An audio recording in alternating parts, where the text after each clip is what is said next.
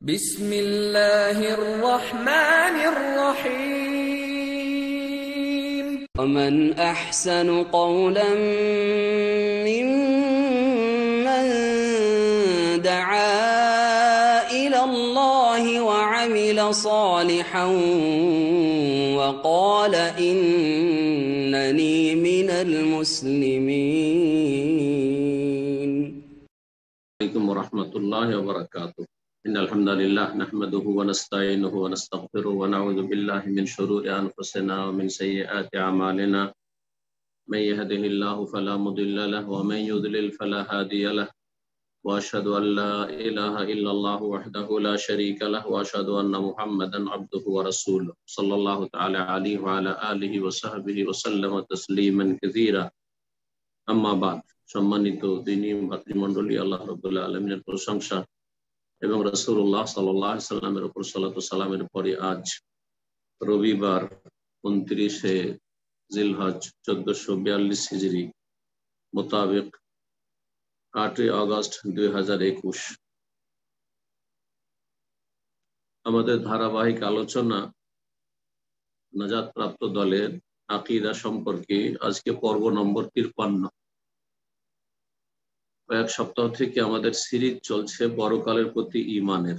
তার আজকে বিশেষ বিষয়বস্তু হচ্ছে কোরআনে কারীম এবং সুন্নাহ।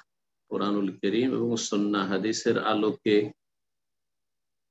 আল্লাহ রাব্বুল আলামিনের সামনে উপস্থিতি এবং হিসাবের বিবরণ।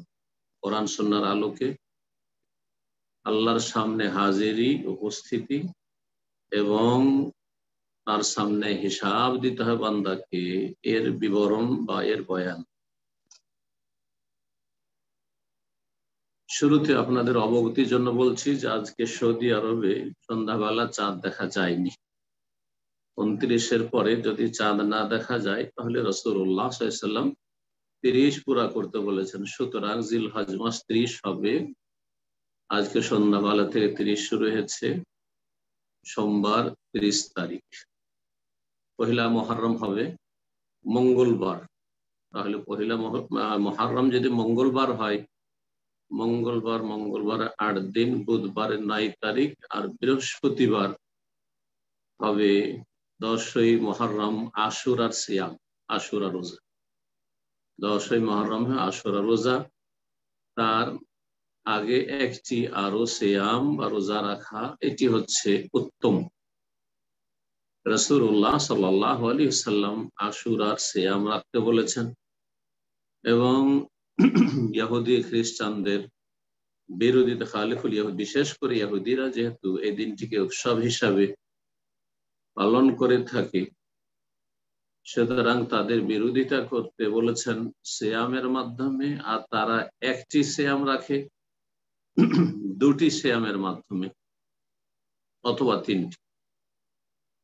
তাই রাসূলুল্লাহ সাল্লাল্লাহু আলাইহি ওয়াসাল্লাম বলেছেন, লাইন বাকিতু ইলা কাবিরিন লা সুমান্না তাসে। সহিহ মুসলিমের হাদিস রয়েছে, আগামী বছর যদি আমি বেঁচে থাকি তাহলে 10-এর সাথে 9 তারিখও সিয়াম পালন করব, রোজা রাখবো। সুতরাং সবচাইতে উত্তম এই ক্ষেত্রে ইবনুল কাইয়িম রাহিমাহুল্লাহ যে ব্যাখ্যা বলেছেন তার আলোকে বলছি, এবং সেটা কোরআন সুন্নাহর কাছাকাছি মত। সবচেয়ে উত্তম স্তর হচ্ছে আশুরার সিয়ামের 3টি, 9, 10, 11। তাহলে বুধ, বৃহস্পতি আর জুমাবার, এই 3 দিন সিয়াম পালন করবে। তারপরে দ্বিতীয় স্তর হচ্ছে 2টি সিয়াম। 2টি সিয়ামের ক্ষেত্রে 9, 10 বেশি উত্তম। তাহলে বুধবার আর বৃহস্পতিবার সিয়াম পালন করবেন। আর কেউ যদি 9 তারিখ না পারে, 10 আর 11 রাখে, সেটাও চলবে, যদিও সেই মর্মের হাদিসটি জয়ীফ, কিন্তু ইহুদিদের বিরোধিতা হয়ে যাবে। 10, 11, তাহলে বৃহস্পতি এবং জুমা এই 2 দিন সিয়াম পালন করবে। তৃতীয় স্তর, যেটা সর্বনিম্ন স্তর, কমপক্ষে কেউ যদি একটিও সিয়াম পালন করতে পারে তবুও সেই ফজিলত হাসিল করতে পারবে, এবং সেটা জায়েজ, যদিও উত্তমের পরিপন্থী, উত্তমের খেলাফ।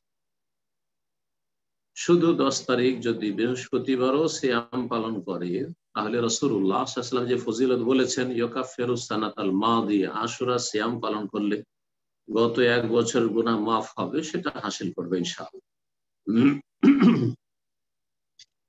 এখন আসল বিষয়বস্তুর দিকে আসি। লেখক বলছেন কাইফা সিফাতুল আরদি ওয়াল হিসাবি মিনাল কিতাব।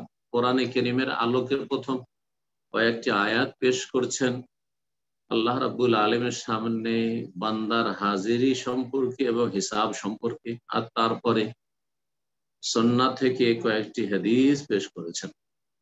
প্রথম আয়াতগুলি দেখা যাক। লেখক বলছেন প্রশ্নের আকারে, আর তারপরে উত্তর নিজে বলছেন কোরআনে কারীমের আলোকে আল্লাহর সামনে উপস্থিতি এবং হিসাবের বর্ণনা কেমন বা তার বিবরণ কেমন। বলছেন কালা তাআলা, মহান আল্লাহ ইরশাদ করেছেন ইয়াউমাইযিন তুরাজুন, স্মরণ করো সেই দিনকে যেই দিন তোমাদেরকে হাজির করা হবে। তুরাজুন আরজ থেকে, আরজ মানে হচ্ছে পেশ করা, পরিবেশন করা, আল্লাহর সামনে হাজির করা হবে, পেশ করা হবে। তোমাদেরকে পেশ করা, প্রতিটি মানুষকে, মুসলিম, কাফের, তৌহিদবাদী, মুশরিক, বহুত্ববাদী, আস্তিক, নাস্তিক, সৎ, অসৎ, সকলকে আল্লাহর সামনে পেশ করা হবে। তুরাজুন, তোমাদেরকে তার সামনে, আল্লাহর সামনে হাজির করা হবে। লা তাখফা মিনকুম খাফিয়া, তোমাদের কোন গোপনীয় বিষয় তার উপর, তার সামনে গোপন থাকবে না। লা তাখফা, কোনো কিছু গোপন থাকবে না, লুকায়িত থাকবে না তোমাদের, খাফিয়া, কোনো গোপনীয় বিষয়। যেসব বিষয়গুলিকে গোপন করার চেষ্টা করে মানুষ থেকে, অনেক কিছু গোপন রাখা যায়, প্রশাসন থেকেও অনেক কিছু গোপন রেখে দেয় যা কিছু ঘটেছে, কিন্তু আল্লাহ রাব্বুল আলামিন থেকে কোনো কিছুই গোপন রাখা যাবে না। সূরাতুল হাক্কা আয়াত নম্বর 18। এখানে তুরাজুন বলা হয়েছে আরজ থেকে। আরজ মানে হচ্ছে আল্লাহর সামনে হাজিরি বা উপস্থিতি বা পেশ করা। দ্বিতীয় আয়াত সূরাতুল কাহফের আয়াত নম্বর 48, মহান আল্লাহ ইরশাদ করেছেন ওয়াউরিযু আলা রাব্বিক, মানব জাতিকে পেশ করা হবে, হাজির করা হবে। আলা রাব্বিক, হে নবী সাল্লাল্লাহু আলাইহি ওয়াসাল্লাম, তোমার প্রতিপালকের সামনে, সাফফান, সারিবদ্ধ ভাবে, লাইন ধরে হাজির হবে আল্লাহর সামনে। লাকাদ জিতুমুনা কামা খালাকনাকুম আউওয়ালা মাররা, আল্লাহ রাব্বুল আলামিন বলবেন মানব জাতিকে সম্বোধন করে, তোমরা আমার কাছে এসেছো কামা খালাকনাকুম আউওয়ালা মাররা, ওই অবস্থায়, ওই রকম ভাবে যেমন তোমাদেরকে প্রথমবারে সৃষ্টি করেছিলাম। প্রথমবারে আল্লাহ রাব্বুল আলামিন মানুষকে যখন সৃষ্টি করেছেন মাতৃগর্ভ থেকে, যখন পৃথিবীতে ভূমিষ্ঠ হয়ে এসেছে, এ প্রথম সৃষ্টি, তখন বস্ত্রহীন ছিল, খাতনাবিহীন ছিল, জুতো স্যান্ডেল পায়ে ছিল না। আর এই কথাগুলি রাসূলুল্লাহ সাল্লাল্লাহু আলাইহি ওয়াসাল্লামের হাদিসে রয়েছে, ইন্নাকুম মাহশুরুন ইয়াউমাল কিয়ামাতি হুফাতান উরাতান গুরলান, তোমাদেরকে একত্রিত করা হবে কিয়ামতের দিনে, হুফাতান, খালি পায়ে, উরাতান, বস্ত্রহীন, বিবস্ত্র অবস্থায়, গুরলান, খাতনাবিহীন। তারপরে বলছে কামা খালাকনাকুম আউওয়ালা মাররা। এটা একটা দিক যেটা হাদিসে এসেছে। এছাড়াও প্রতিটি মানুষ যখন প্রথমবার এসেছে, একা এসেছে, তার সাথে কেউ আসেনি। দুনিয়ার অন্যান্য যে সফরগুলি হয়ে থাকে তাতে সঙ্গী থাকে,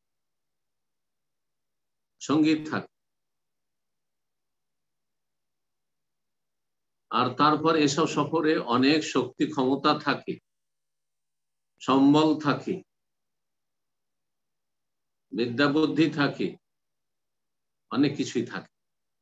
কিন্তু মাতৃগর্ভ থেকে প্রথমবার যখন মানুষ সৃষ্টি হয়ে এসেছে, ভূমিষ্ঠ হয়েছে, আল্লাহ সৃষ্টি করেছেন, তখন অত্যন্ত দুর্বল, অসহায় ছিল, একাকী ছিল, একাই এসেছে, একাই কবরে যেতে হবে এবং একাই বিচার দিবসে আল্লাহর সামনে হাজির হইতে হবে। এবং হিসাব দেওয়ার সময় একাই হিসাব দিতে হবে, কেউ সেখানে সহযোগী থাকবে। আল্লাহু আকবার। এখানে কামা যেমন বিভিন্ন দিক থেকে এখানে তুলনা করা হয়েছে। যেমন প্রথমবার আমি আল্লাহ বলছেন যে যেমন তোমাদেরকে আমি সৃষ্টি করেছি সেইভাবেই তোমরা আমার কাছে আজকে এসেছো, আজকে ওইভাবে হাজির হতে হয়েছে। সঙ্গহীন কোনো সঙ্গী নেই, সহযোগীহীন কোনো সহযোগী নেই।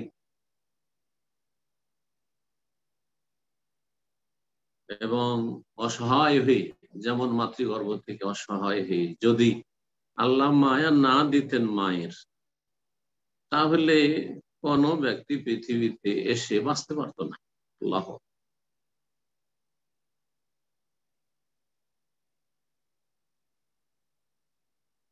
বিচার দিবসে আল্লাহ রাব্বুল রহমত না হলে কেউ আল্লাহর আযাব থেকে বাঁচতে পারে।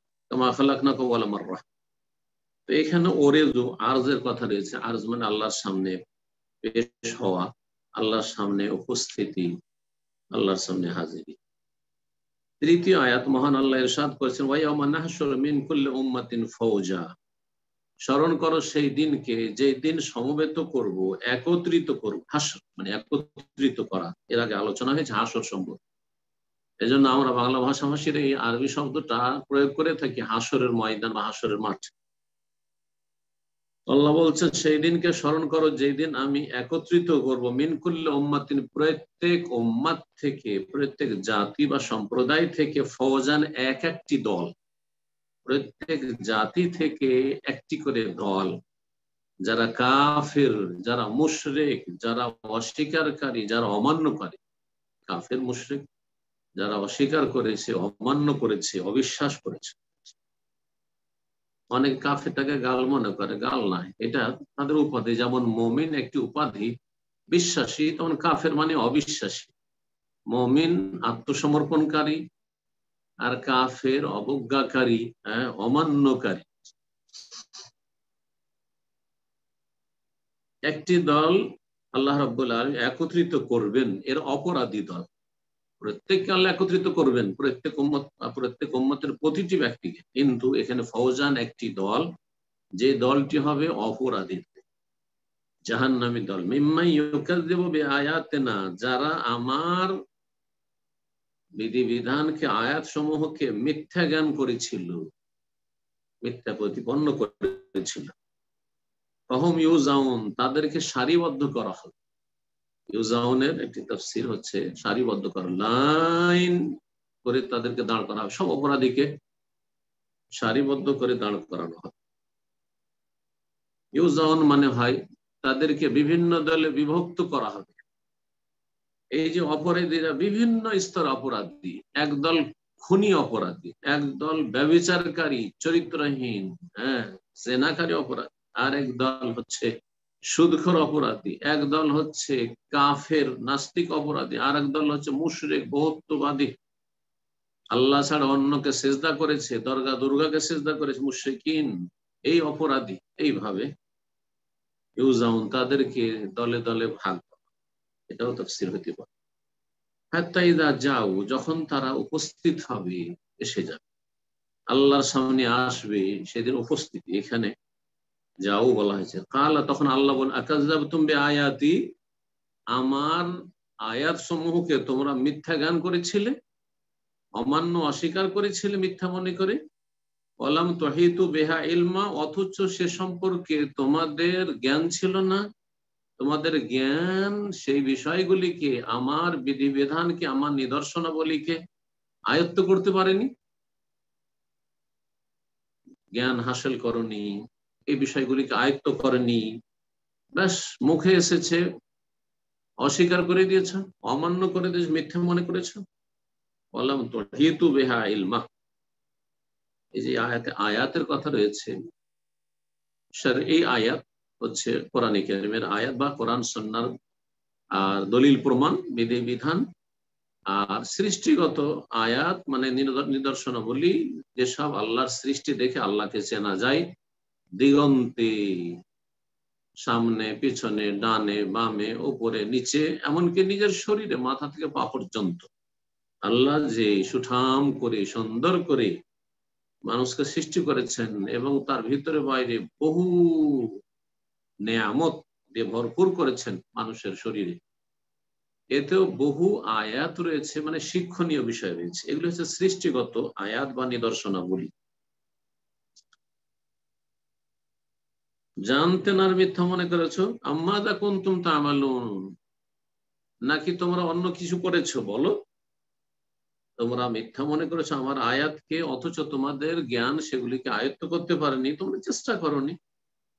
আর যদি এটা না করে থাকো, মিথ্যা মনে না করে থাকো, তাহলে কি করেছো বলো। আম্মাদা কুনতুম তা'মালুন ওয়া ওয়াকাল কাউলু আলাইহিম বিমা যালামু, তাদের জুলম অত্যাচারের কারণে, তাদের পাপাচারের কারণে তাদের সাথে কৃত প্রতিশ্রুতির কথার বাস্তবায়ন হবে। ওয়াকাল কাউলু, কথা আল্লাহর কথার বাস্তবায়ন হবে, মানে আল্লাহর যে কথা প্রতিশ্রুতি আল্লাহ দিয়ে রেখেছেন, ভালো মানুষদের প্রতিশ্রুতি দিয়ে রেখেছেন যে আল্লাহ তাদেরকে নিয়ামত ভরা জান্নাত দেবেন।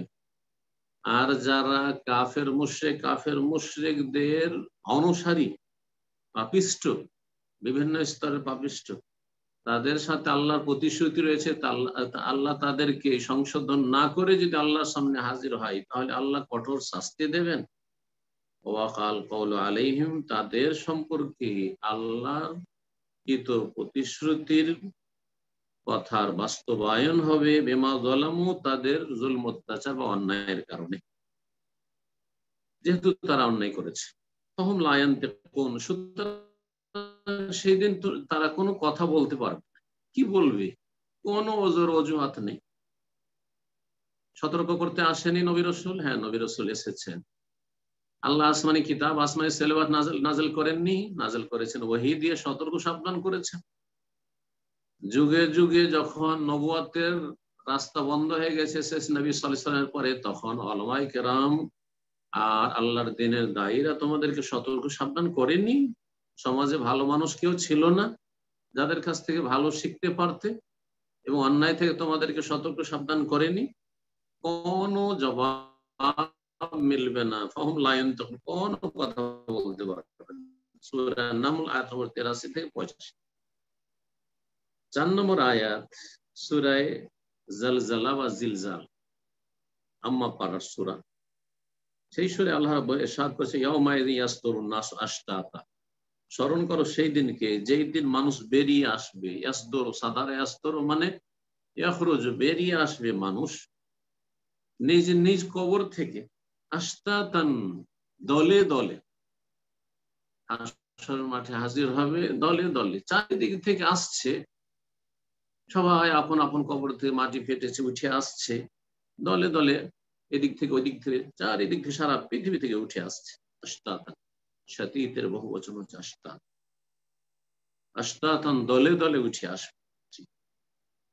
দলে দলের একটা ব্যাখ্যা এটা হইতে পারে যে প্রত্যেক শ্রেণীর অপরাধী এক একটি দল হবে হাসর মাঠে। লিওরাও আমালাহুম, যাতে করে তাদেরকে তাদের আমলগুলি দেখানো হয়। লিওরাও, যাতে করে তাদেরকে দেখানো হয় আমালাহুম, তাদের আমলগুলি। জি, আমলনামা পেশ করে দেওয়া হবে। ডান হাতে ভালো মানুষদের সামনের দিক থেকে, বাম হাতে পেছন দিক থেকে যারা খারাপ মানুষ, যারা জাহান্নামী, তাদের, যেসব বর্ণনাগুলি সূরাতুল হাক্কাতে রয়েছে।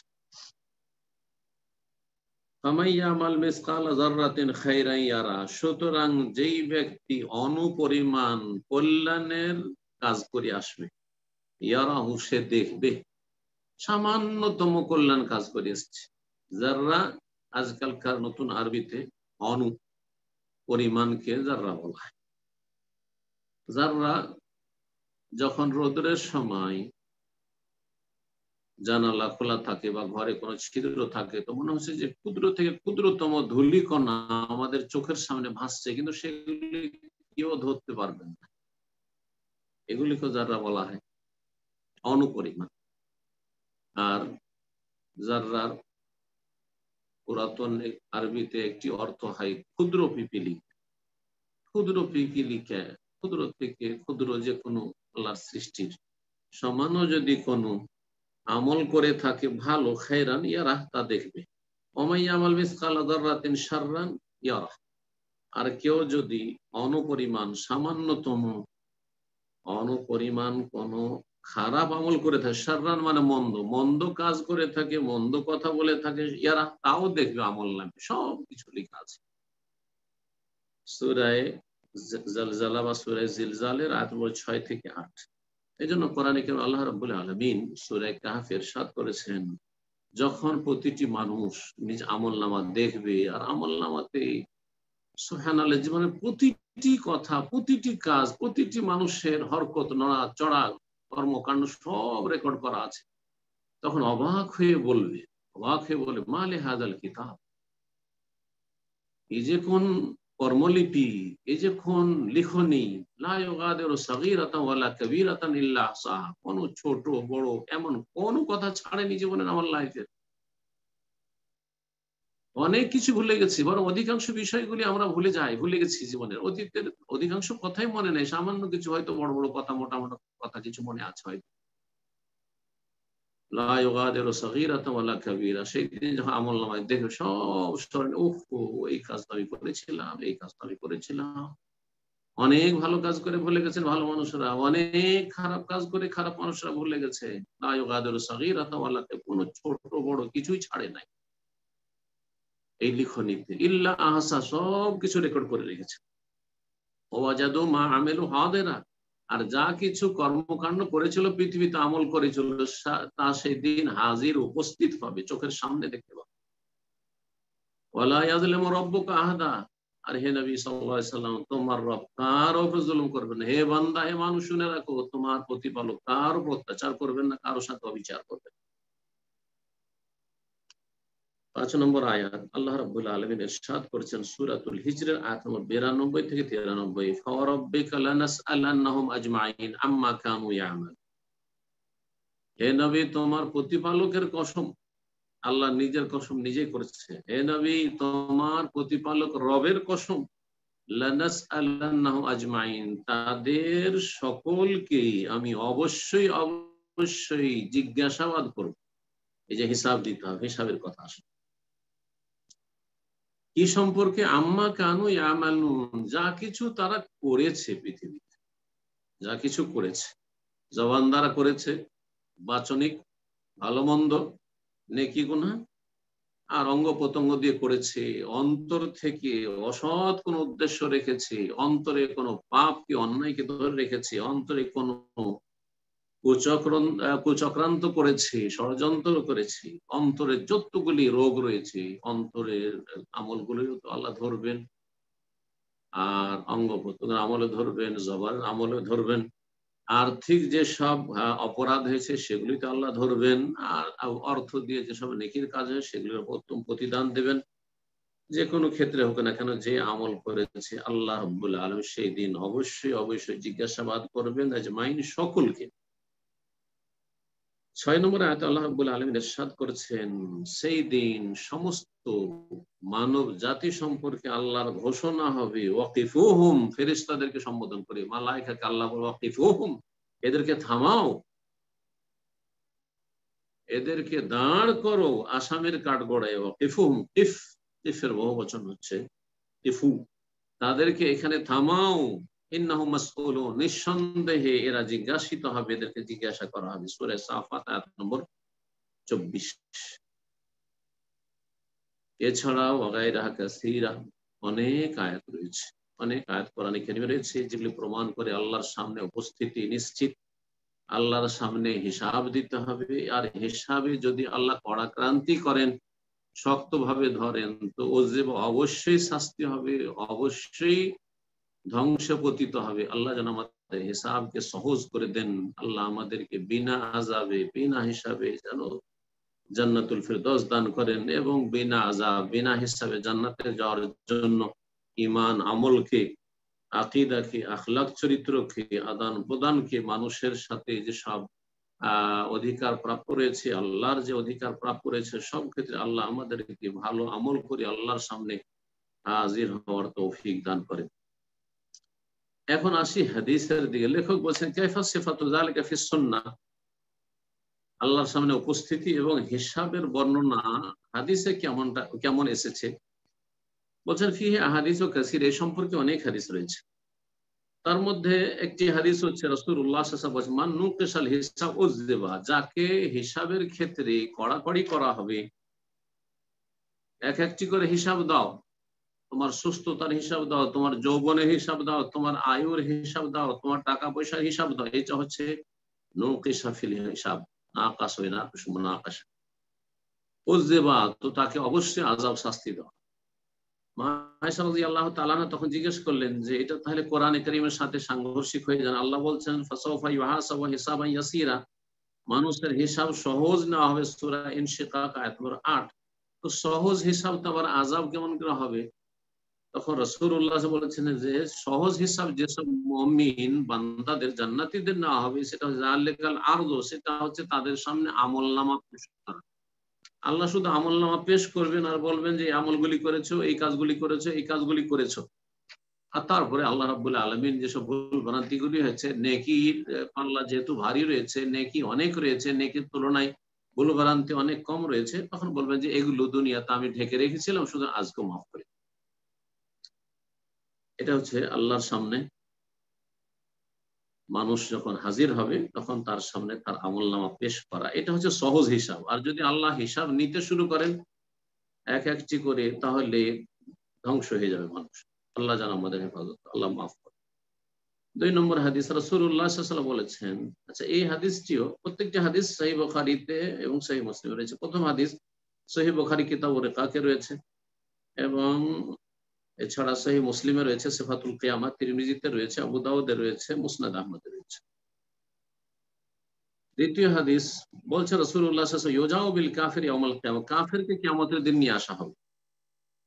ফায়ুকালু লাহু, তাকে বলা হবে, আরাআইতা লাউ কানা লাকা মিল আল আরদি যাহাবান, আচ্ছা বলো তো হে কাফির, তুমি দুনিয়াতে তো কুফরি করেছি, শিরিক করেছি, আল্লাহর অবাধ্য হয়েছি, আল্লাহর দ্বীনকে মানোনি, সারা পৃথিবী ভর্তি যদি তোমার স্বর্ণ হয়, তোমাকে সারা পৃথিবী ভর্তি স্বর্ণ দেওয়া হয়, এখন তাফতাদি বিহি, তাহলে তুমি কি এই সমস্ত স্বর্ণ, যে পৃথিবী ভরা স্বর্ণ দিয়ে মুক্তি লাভ করবে? কোন দিয়ে? মুক্তিপণ দিয়ে মুক্তি লাভ করবে? আল্লাহ তুমি সব নিয়ে নাও, আমার যা কিছু আছে পৃথিবী ভর্তি স্বর্ণ, আর আমাকে তুমি জাহান্নাম থেকে মুক্ত করবে। ফায়াকুল, তখন কাফের বলে, হ্যাঁ আল্লাহ, যদি আমার পৃথিবী ভর্তি স্বর্ণ হয়, আল্লাহ তোমাকে দিয়ে আমি জাহান্নামের আযাব থেকে বাঁচবো। কারণ বুঝতে পেরেছি আজকে জাহান্নামের শাস্তি যে কত কঠিন, কারণ কবরে মৃত্যুর পরে শাস্তি, হাসরের মাঠে শাস্তি, সব শাস্তি আর শাস্তি চলতেই আছে। তখন বলা হবে আল্লাহর পক্ষ থেকে, তাদের সোয়েল তা মাহুয়া আইসার মিন যালিক, এর চাইতে হালকা সামান্য কিছু তোমার কাছে চাওয়া হয়েছিল। আরে পৃথিবী ভর্তি তোমার কাছে চাওয়া হয়নি স্বর্ণ, দুনিয়াতে তোমার কাছে শতকরা 2.5 টাকা চাওয়া হয়েছিল যাকাত। 5 ওয়াক্ত সালাত, 24 ঘন্টার মধ্যে 5 ওয়াক্ত সালাত পড়তে এক এক ওয়াক্ত যদি 10 মিনিট করে ধরেন তো 1 ঘন্টা, 5 10 50 মিনিট, 50 মিনিট চাওয়া হয়েছিল। 1 ঘন্টা, 24 ঘন্টার মাত্র 1 ঘন্টা চাওয়া হয়েছিল, বেশি চাওয়া হয়নি। 12 মাসের মধ্যে শুধু রমজান মাসের 1 মাসের সিয়াম চাওয়া হয়েছিল, জীবনে একবার হজ চাওয়া হয়েছিল। আল্লাহু আকবার। শিরক করিও না বলা হয়েছিল, তাওহীদ প্রতিষ্ঠা করো, এক আল্লাহকে মানো, আল্লাহর সাথে শরীক স্থাপন করিও না বলা হয়েছিল। তোমার কাছে এর চাইতে অনেক হালকা বিষয় চাওয়া হয়েছিল। ফির অন্য রিওয়ায়াতে রয়েছে, কাদ সাআলতুকা মা হুয়া আহওয়ানু মিন হাযা, তোমার কাছে আমি চেয়েছিলাম এর চাইতে সামান্য, একবারে এর চাইতে অনেক হালকা বিষয়, অনেক সহজ বিষয়, খুব সহজ, একটা পয়সা দেওয়া লাগতো না। ওয়ান্তা ফি সুলবি আদম, যখন তুমি আদমের পৃষ্ঠদেশে ছিলে, তোমার সাথে প্রতিশ্রুতি না হয়েছিল আল্লাহ তুশরিকা বি, যে আমার সাথে কাউকে শরীক করবে না। বাবাই তাইল্লা শিরক, কিন্তু পৃথিবীতে যখন আসলে আর সাবালক হলে, তখন তুমি শিরক করা শুরু করলে আমার আদেশ অমান্য করে।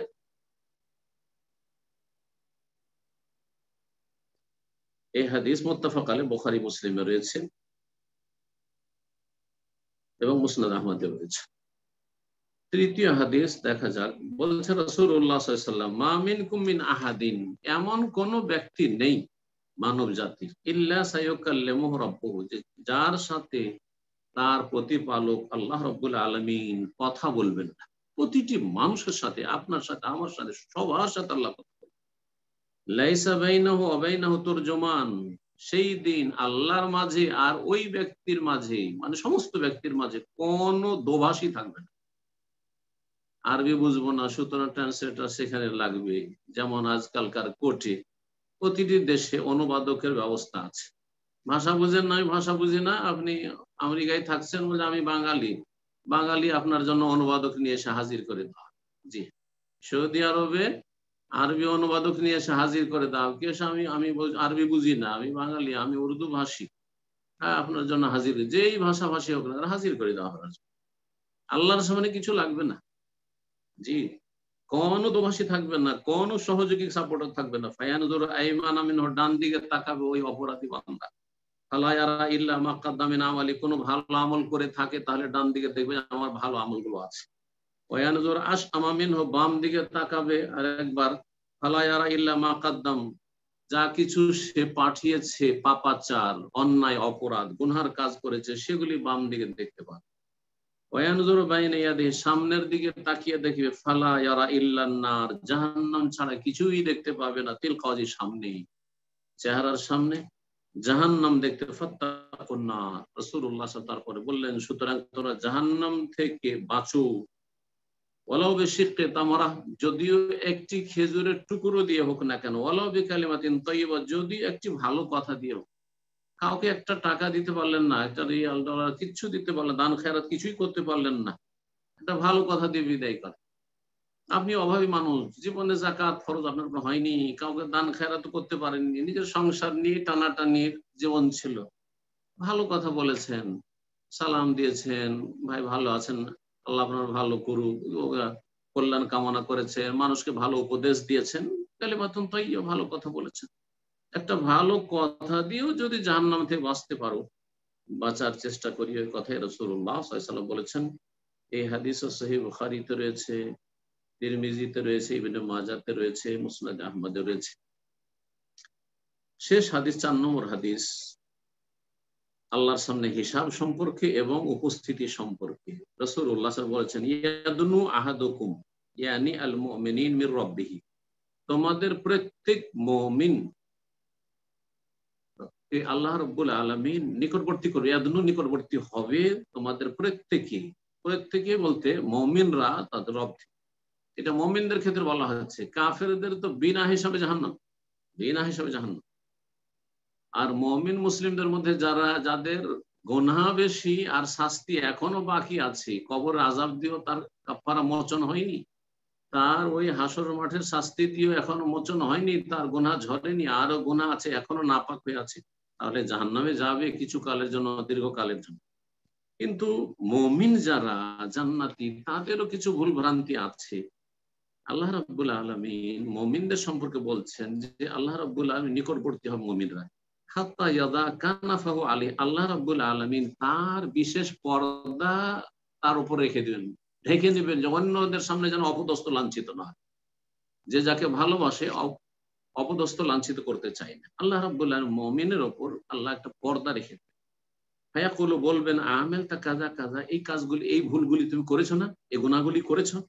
ফায়াকুলু, নাম সে বলে হ্যাঁ আল্লাহ। ওয়ায়াকুলু, আল্লাহ তখন বলবেন, আলেম তা কাজা ও কাজা, এটা জানো, এটা জানো, এই যে কাজগুলি করেছো, জানো যে এটা পাপ ছিল, এটা পাপ ছিল, এটা ভুল ছিল?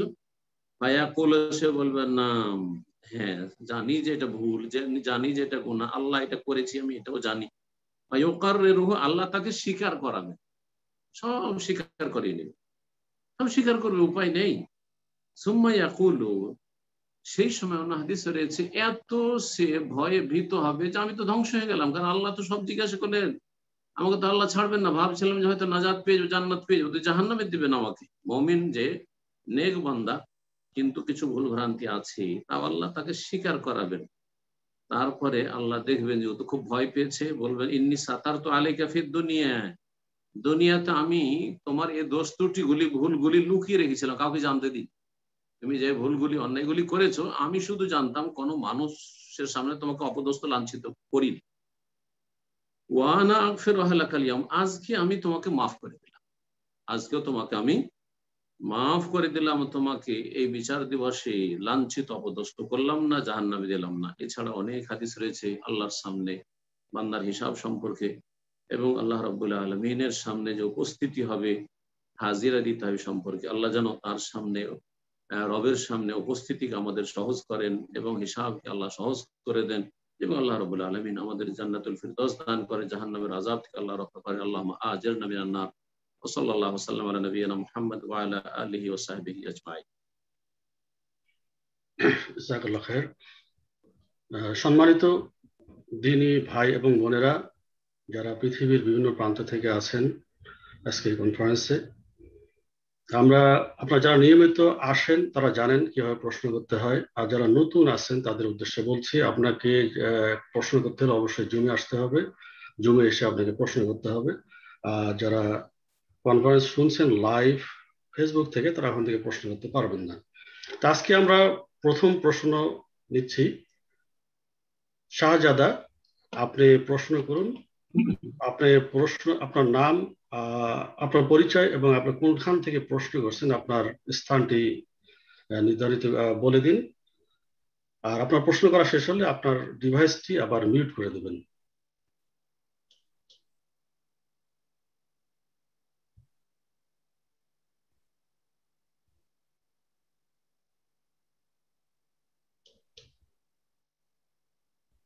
আসসালামু আলাইকুম ওয়া রাহমাতুল্লাহি ওয়া বারাকাতুহু। ওয়ালাইকুম আসসালাম ওয়া রাহমাতুল্লাহি ওয়া বারাকাতুহু। জি জি শাহেক, বলেন। আমি নিউ ইয়র্ক থেকে বলছি। আচ্ছা আচ্ছা, বলেন। আমার একটা প্রশ্নটা হয়েছে, আমি ডাক্তার দেখাইছিলাম, তো ডাক্তার আমাকে কিছু পরীক্ষা দিছে, মানে আমার হাতে এবং পায়ে অনেক ব্যথা করে, মানে রগের ভিতরে ব্যথা করে। তো ওইটার আল্লাহ জন্য সুবহান, একটা জি আল্লাহ শিফা দিক, আল্লাহ সুস্থ করুন। জি বলেন। জি তো ওইটার জন্য ডাক্তার আমাকে একটা পরীক্ষা দিছে, ওই পরীক্ষাটার নাম হয়েছে ইএমজি।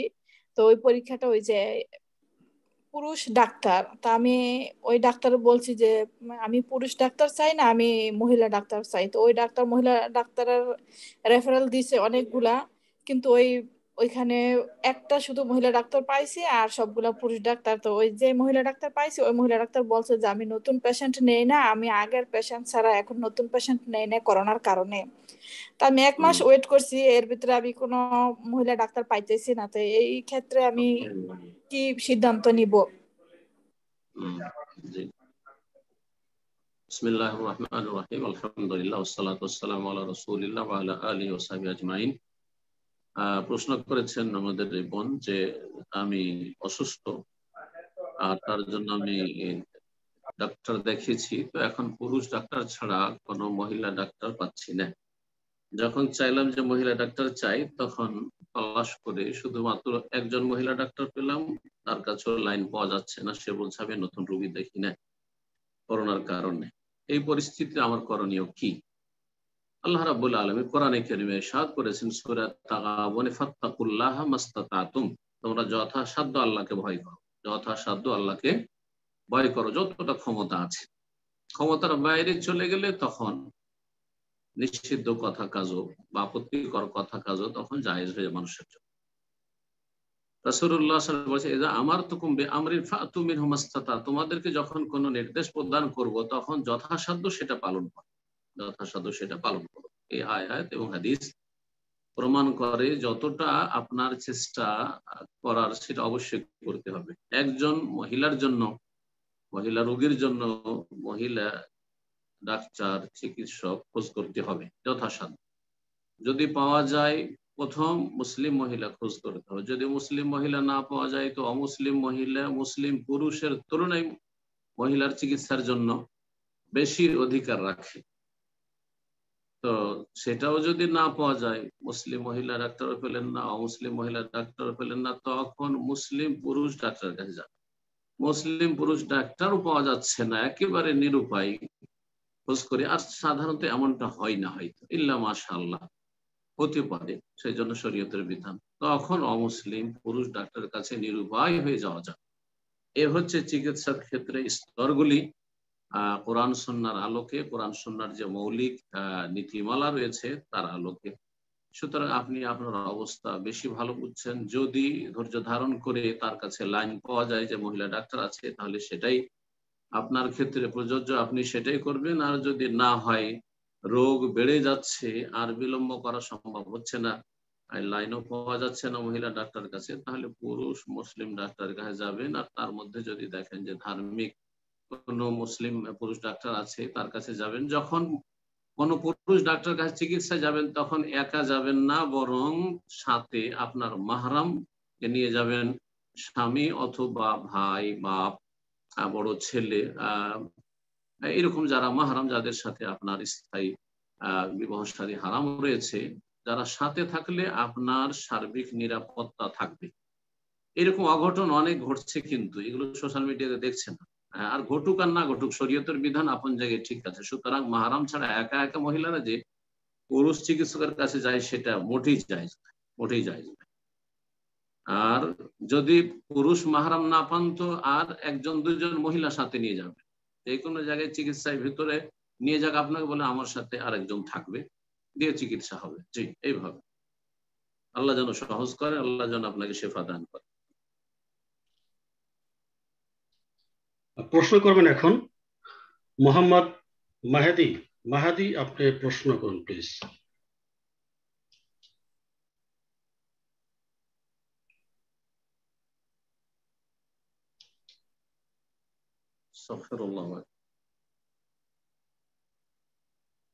জি বলেন,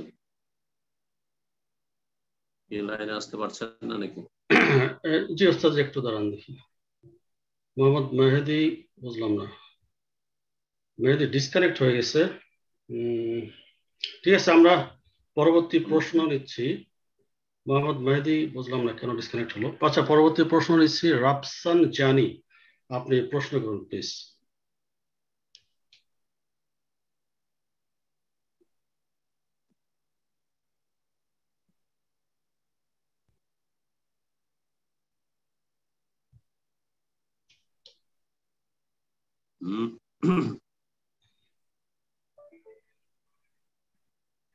কি ব্যাপার, সবাইকে নতুন নাকি?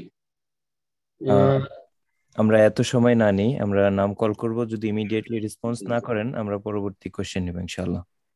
জি, রাফসান জানি নাম জায়েজ নয়, যেমন পারভেজ নাম জায়েজ নয়। জি, আল্লাহর দ্বীনের দুশমন, আল্লাহর দুশমন যারা সাহাবায়ে কেরাম দুশমন, তাদের নাম রাখা কোনো মুসলিমের জন্য জায়েজ নয়।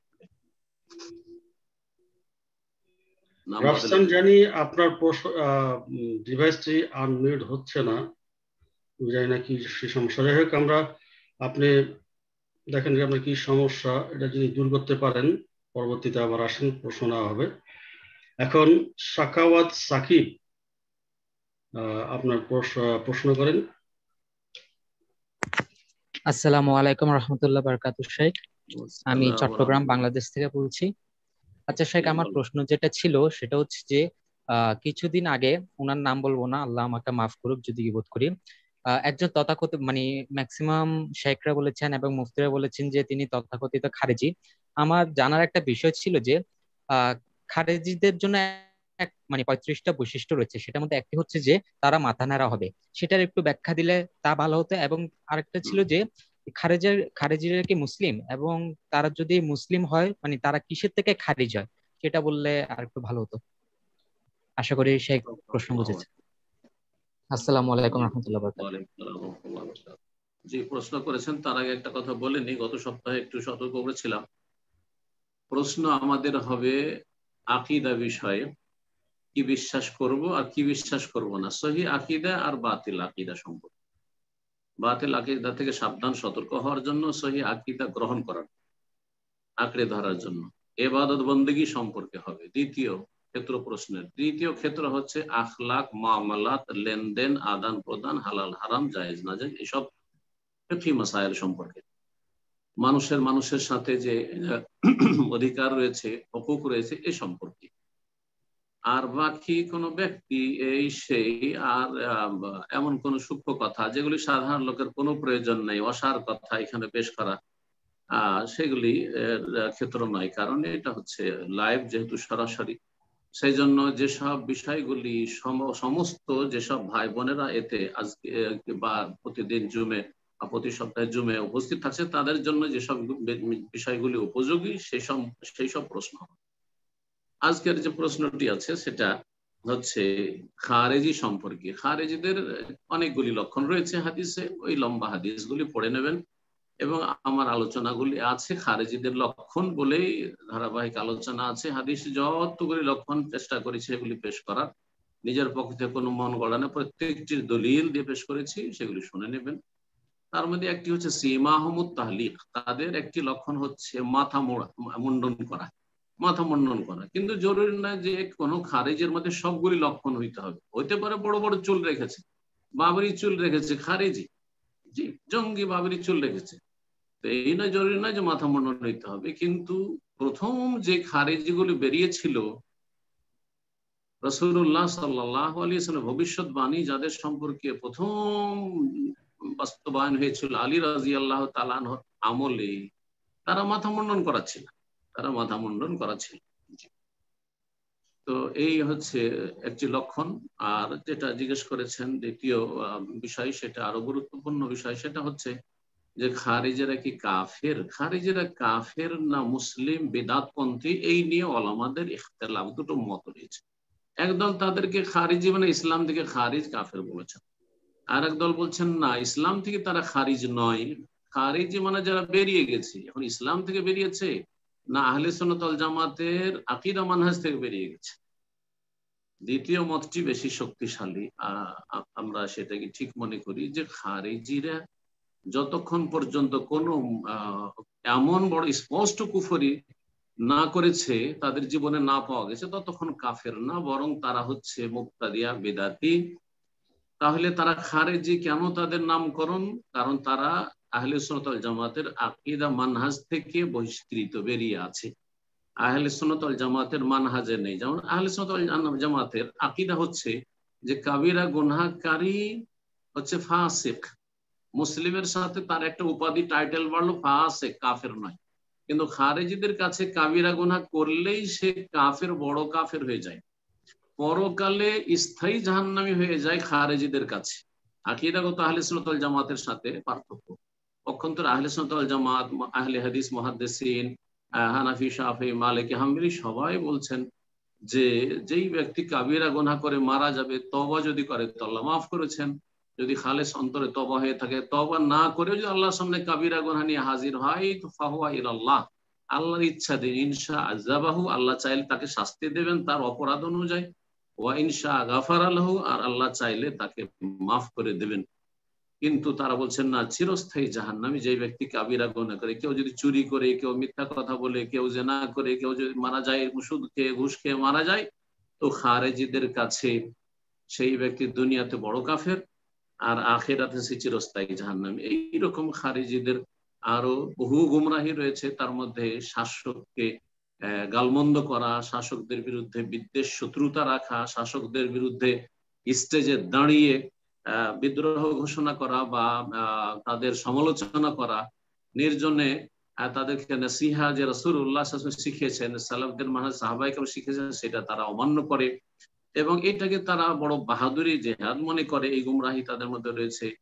খারেজিদের লক্ষণ কবিরা গুনহার জন্য তাকফির করা, যদি তাদের কেউ ভুল ধরে তাহলে তাদেরকে যতই বড় আলেম হোক না কেন তাদেরকে মুনাফিক বলা, ইত্যাদি এগুলো হচ্ছে খারেজিদের বহুমুখী লক্ষণ। আল্লাহ তাদের অনিষ্ট থেকে উম্মতে মুসলিমা যেন হেফাজত করে।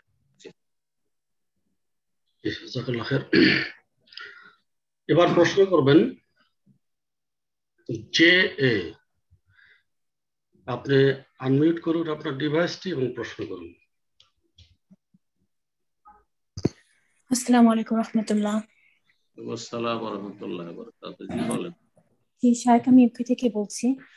প্রশ্ন করার আগে আমি উপস্থাপক সাহেবকে একটা অনুরোধ করতেছি, সেটা হলো যখন আমরা প্রশ্ন করি দেখা যাচ্ছে আমাদের প্রশ্নে ভুল থাকেন, শায়েখ প্রশ্নটা বুঝতে পারেন না যেটা আমাদের উদ্দেশ্য থাকে প্রশ্নের, তো আনমিউট করে দিলে হয় কি যে প্রশ্নটা ক্লিয়ার হয় না, পরের সাথে আবার আমাদের অপেক্ষা করতে হয়।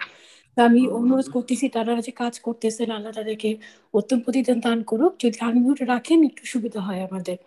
তো আমি যে প্রশ্নটা করেছিলাম গত সপ্তাহের আগের সপ্তাহে, যে এক মাদ্রাসার একটা ছাত্রকে বাংলাদেশে আমি মাদ্রাসায় টাকা দিই, তো এই টাকাটা আমি এখন জাকাতে নিয়তে দিচ্ছি। এখন এই টাকাটা দিতে হয় অফিসে, সুতরাং অফিসে ওখানে যে টিচাররা আছেন তাদের বেতনেও যায়, ওদের খাবার খরচও যায়। তো এটা যদি জাকাতের উদ্দেশ্যে আমি দিই, সেটা অফিসে দেওয়াটা জায়েজ হবে কিনা মাদ্রাসায়? জাযাকাল্লাহ খায়ের। অফিসে দিবেন, টিচারটা গরিব? মানে মাদ্রাসা, মসজিদ মাদ্রাসা ঢাকাতে।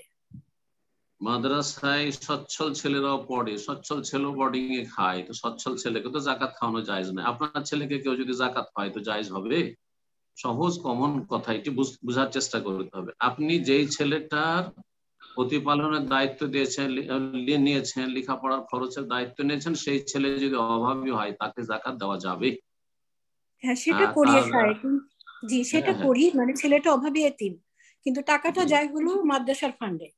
অসুবিধা নেই, মাদ্রাসা ফান্ডে যাবে। আপনি সেটা বলে দেবেন যে আমি অমুক ছেলে বা এতজন ছেলে যারা অভাবী ছেলে তাদের খরচ আমি দিচ্ছি জাকাত থেকে, অসুবিধা নেই। কিন্তু জাকাত থেকে দিয়ে এতিমদের প্রতিপালন নয়। এতিমদের প্রতিপালন মানে নিজের ক্যাশ থেকে প্রতিপালন। জাকাত দিয়ে এতিমের প্রতিপালন করবেন এটা নয়। আসলে এতিম অনেক সচ্ছল হতে পারে, 10 বিঘা জমি আছে, ওর বাপ মারা গেছে, নাবালক ছেলে, সেই এতিম, তা বলবে জমি জায়গা আছে তারপর তাকে জাকাত দিবেন, মোটেই জায়েজ নয়। এতিমের জন্য জাকাত নেই। জাকাত আর ফুকারা মাসাকিন, ওই মিসকিন ছেলে কিনা ওই এতিম ছেলেটা, এটা দেখতে হবে। কথা স্পষ্ট? আসলে উত্তরে আপনার বুঝতে অসুবিধা হয়েছে। জি, জাযাকাল্লাহ খায়ের। এখন প্রশ্ন করবেন মঈন উদ্দিন। প্রশ্ন করুন প্লিজ।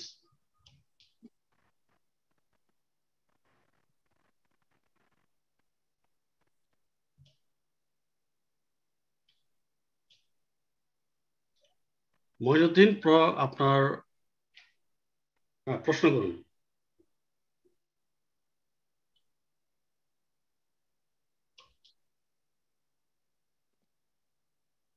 আসসালামু আলাইকুম ওয়া রাহমাতুল্লাহি ওয়া বারাকাতুহু। ওয়ালাইকুম আসসালাম ওয়া রাহমাতুল্লাহি ওয়া বারাকাতুহু। জি বলেন। শায়েখ, আমি আমাদের মসজিদ নিয়ে একটা প্রশ্ন করতে চাইছিলাম। আমাদের মসজিদের মসজিদ নূর আল ইসলাম, ব্রুকলিন, নিউ ইয়র্ক। আল্লাহ সহজ করে বলেন। তো প্রশ্ন হলো, মসজিদ এখানে আমাদের একটা সহিসুন্নাহর আলেম ছিলেন। তো এখানে আমাদের কিছু ভাই যে কোনো কারণে ওনার বিরুদ্ধে যাওয়ার পরে, যে যারা এখন ক্ষমতায় আছে ওনাদের মধ্যে যিনি সভাপতি বা যারা আসলে দায়িত্বে আছেন, অনেকেই আছে যারা সুন্নাহ বিরোধী কাজের সাথে জড়িত। এই অবস্থায় আমাদের জন্য করণীয় কি? আপনাদের জন্য করণীয় এই অবস্থায়, যে অবস্থা বললেন, যতটা পারবেন ভালো করার চেষ্টা করুন। এখন যদি আপনারা পারেন যে এই মসজিদের পুরোপুরি নেতৃত্ব বা দেখাশোনার দায়িত্ব দেব একবার কোরআন সুন্নাহ মানহাজে সালাফের অনুসারী একজন ভালো মানুষকে, যার আকীদা মানহাজ সব ঠিক আছে, তাহলে কোনো বিদআতীকে, ইখওয়ানীকে অথবা কোনো তাবলীগীকে, কোনো সুফিকে দেবেন না, মোটেই জায়েজ নয়। কিন্তু যদি দেখা যায় যে আপনারা অপারগ হয়ে গেছেন যে কোনো কারণে, সেটা আপনাদের কর্মদোষ হইতে পারে, আবার আল্লাহ রাব্বুল আলামিনের পরীক্ষা হইতে পারে, যুগে যুগে হয়েছে, ভালো মানুষদের পরীক্ষা হয়েছে। অনেক সময় কিছু সময়ের জন্য আল্লাহ বাতিলকে আল্লাহ নেতৃত্ব দিয়েছেন, বা যারা ভুল পথে রয়েছে তারা সংখ্যার দিক থেকে বেশি। আপনি যেখানে আছেন হয়তো, আমি আম কথা বলছি, আপনাদের ওখানে সাথে সেটার মিল থাকার নাই থাক, তাহলে যদি না পারেন যে এর চাইতে বেশি আমরা পারছি না, মানে যেই ব্যক্তির হাতে দায়িত্ব আছে তার কাছ থেকে আমরা সহজে ওটাকে আইনের মাধ্যমে অথবা আমরা সামাজিক ভাবে অথবা যে কোনো ভাবে হোক না কেন, বৈধ পন্থায় সেটা ওর চাইতে ভালো মানুষের কাছে আমরা সেই নেতৃত্ব আমরা নিয়ে দিতে পারছি না, তাহলে তাতেই আপনাকে ধৈর্য ধারণ করতে হবে এবং আর সেই অবস্থাতে আপনাকে চলতে হবে। এই নয় যে কিছু ভুল ভ্রান্তি আছে সেই জন্য সে মসজিদ ছেড়ে দেবেন অথবা সে মসজিদে সালাত আদায় করবেন না। তারাও মুসলিম, এবং সে ইমামের মধ্যে যদি বড় শিরক না থাকে, বড় কুফর কবর মাজার পূজা না থাকে, বেরলভী না হয়, অন্যান্য ভুল ভ্রান্তি বিদআত আছে আকীদা মানহাজে, তাহলে তাদের পিছনে সালাত হবে। তাদের নেতৃত্বে মসজিদ রয়েছে, সে মসজিদও সালাত হবে, কোনো অসুবিধা নেই ইনশাল্লাহ। কিন্তু যেমনটা বললাম, যদি সম্ভব হয় যে আমরা ওর চাইতে ভালো মানুষকে এ মসজিদের দায়িত্ব ন্যস্ত করব, তাহলে একটা বিদআতি মানহাজের লোকের কাছে সে দায়িত্ব ন্যস্ত করা মোটেই জায়েজ নয়। এটি আমানতে খেয়ানত, আমানতে খেয়ানত সেখানকার মসজিদের মুসল্লিদের বা সেই মসজিদ কমিটির। এই বিষয়টি সবসময় মনে রাখতে হবে। আল্লাহ যেন সহজ করেন, বোঝা যেন সহজ হয়, আমল করাও সহজ হয়, এবং আল্লাহ ভালোর দিকে নিয়ে যাওয়ার তৌফিক দান করেন। আর মন্দ অবস্থা থেকে আল্লাহ সব সময় আহলে সুন্নাত ওয়াল জামাত কোরআন সুন্নাহ অনুসারীদের হেফাজত করেন। আমিন। জাযাকাল্লাহ খাইরান। প্রশ্ন করবেন রিয়াদ হাসান মেহেরপুর। প্রশ্ন করুন প্লিজ।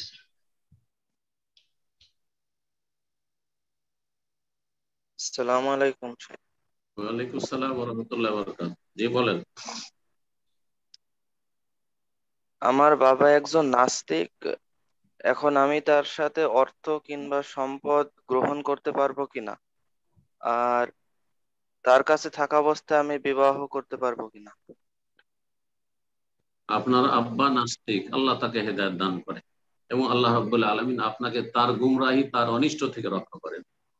দোয়া করি আল্লাহ রাব্বুল আলামিন আপনার যেন ঈমান আমলের হেফাজতের তৌফিক দান করেন, আপনার জন্য সবকিছু যেন সহজ করে দেন, এবং আল্লাহ রাব্বুল সমস্ত রকমের ফিতনা থেকে, দিন দুনিয়ার ফিতনা থেকে আল্লাহ আপনার ঈমান আমলের হেফাজত করেন। ভাগ্যবান আপনি, আল্লাহ শুকরিয়া আদায় করেন যে নাস্তিকের ঘরে আল্লাহ রাব্বুল আলামিন তাওহীদবাদী পয়দা করেছেন এবং কোরআন সুন্নাহ শিখার ক্ষেত্রে আগ্রহী পয়দা করেছেন। আল্লাহ রাব্বুল আলামিনের অশেষ রহমত আপনার। যত বেশি আল্লাহ শুকরিয়া আদায় করে, তত বেশি আল্লাহ এই নিয়ামতকে বাড়িয়ে দেবেন এবং তত বেশি আল্লাহ আপনার হেফাজত করবেন। আর বাপের হেদায়েতের জন্য, বাপ যতই খারাপ হোক না কেন, নাস্তিক হোক, মুশরিক হোক, মূর্তি পূজক হোক, কবর পূজক হোক, যে কোনো অবস্থায় হোক না কেন, যতই খারাপ হোক না কেন, হ্যাঁ, জেনাকারী হোক, খুনি হোক, তার সাথে সদ আচার ও সদ ব্যবহার করতে হবে। এই সদ ব্যবহারটা কখনো ভুলবেন না, খারাপ আচরণ করা জায়েজ নয়। হেদায়েতের চেষ্টা করবেন দোয়ার মাধ্যমে, দাওয়াতের মাধ্যমে। দোয়া করেন আল্লাহর কাছে যে আল্লাহ তুমি আমার বাপকে হেদায়েত করে দাও। যেমন ইব্রাহিম আলাইহিস সালাম দোয়া করেছেন, সে কাজ হোক আর না হোক আল্লাহ ভালো জানেন। হইতে পারে যে ইব্রাহিম আলাইহিস সালামের বাপের মতো হতভাগা আপনার বাপ, ইব্রাহিম আলাইহিস সালামের কাছে আপনি যেতে পারবেন না ফজিলতে। ইব্রাহিম আলাইহিস সালামের দোয়াও যদি আল্লাহ না শুনে থাকেন, তো আপনার দোয়া না শুনলেও আল্লাহর তাতে হিকমত রয়েছে, এতে ধৈর্য ধারণ করতে হবে। দোয়া করবেন, দাওয়াত দিবেন, মানে ভালো উপদেশ দেওয়ার চেষ্টা করবেন। যখন মেজাজ ঠান্ডা থাকবে, ভালো থাকবে, যখন কাছাকাছি বসার সুযোগ হয়েছে, খুব মায়ার সাথে, শ্রদ্ধার সাথে বাপকে হেদায়েতের চেষ্টা করবে। যদি আল্লাহ তার কল্যাণ চান, আল্লাহ হেদায়েতের তৌফিক দেবেন। আর যদি তার কল্যাণ না চান, আর সে কল্যাণের চেষ্টা করেনি, তো আল্লাহ কখনো কোনো মানুষকে জবরদস্তি হেদায়েত করবেন না। ওয়ালাউ শাআ লাহাদাকুম আজমাইন, জবরদস্তি করলে আল্লাহ সবাইকে আল্লাহ হেদায়েত করতেন, কিন্তু না, আল্লাহ রাব্বুল আলামিন মানুষকে স্বাধীন করেছেন এবং স্বাধীন চিন্তা চেতনার ক্ষমতা দিয়েছেন। এর উপরেই মানুষের পরীক্ষা হবে। তারপরে যে মাসলা, আসল মাসলা, যে আপনি এই নাস্তিক বাবা টাকা পয়সা নিয়ে বিয়ে শাদী করতে পারবেন। হ্যাঁ, অবশ্যই, যতই নাস্তিক হোক না কেন, আপনি যতক্ষণ পর্যন্ত তার সংসারে আছেন এবং আপনি নিজে স্বাবলম্বী হননি, আপনার ইনকাম সোর্স এখনো হয়নি, ততক্ষণ পর্যন্ত বিয়ে শাদীর খরচ নিতে পারবেন, আপনি খাওয়া খরচ নিতে পারবেন, থাকার জায়গা নিতে পারবেন, ভরণ পোষণ সবকিছু আপনার আব্বার উপর আপনার অধিকার, ছেলে মেয়েদের অধিকার, স্ত্রীর অধিকার, নেবেন এগুলো। আর যখন আপনি স্বাবলম্বী হয়ে যাবেন, আলহামদুলিল্লাহ আপনার রুজি রোজগার হচ্ছে, তখন তারপরও করার দরকার নেই। তারপরেও বাবা যদি দেয় তো নেওয়া যায়। কাফের মুশরিকের, সে বেগানা কাফের, অন্য কাফের মুশরিকও যদি হয় আর আপনাকে কোনো অবঢৌকন দেয় তো নেওয়া যায়। সুতরাং বাপ নাস্তিকও যদি আপনাকে দেয় আর আপনি স্বাবলম্বী, তারপরে সেটা যায়। এখন কথা থাকলো তার মৃত্যুর পরে, এখন তো মারা যায়নি, সুতরাং এই ফতোয়া এখন দরকার নেই। হ্যাঁ, মৃত্যুর পরে লা ইয়ারিসুল মুসলিমুল কাফির ওয়াল কাফির মুসলিম, মুসলিম কাফের ওয়ারিস হবে না আর কাফের মুসলিমের ওয়ারিস হবে না। আপনি আগে মারা গেলে আপনার ধন সম্পদে আপনার বাপ নাস্তিক ভাগ পাবেন, আর আপনার বাপ আগে মারা গেলে সে যদি কুফরের অবস্থায় মারা যায়, নিশ্চিত থাকে, নিশ্চিত হইতে হবে কিন্তু, নিশ্চিত যে সে কুফরের অবস্থায় মারা গেছে, বড় কুফর, তাহলে তার উত্তরাধিকারী ওয়ারিস আপনি মুসলিম হবেন না, আল্লাহ আপনাকে বহু দিক থেকে দিয়ে অবামুক্ত সচ্ছল করে দেবেন, কোনো বড় কথা নেই। ঠিক, আল্লাহ আপনার জন্য সহজ করুন। প্রশ্ন করবেন সোহানা খান, প্রশ্ন করুন প্লিজ।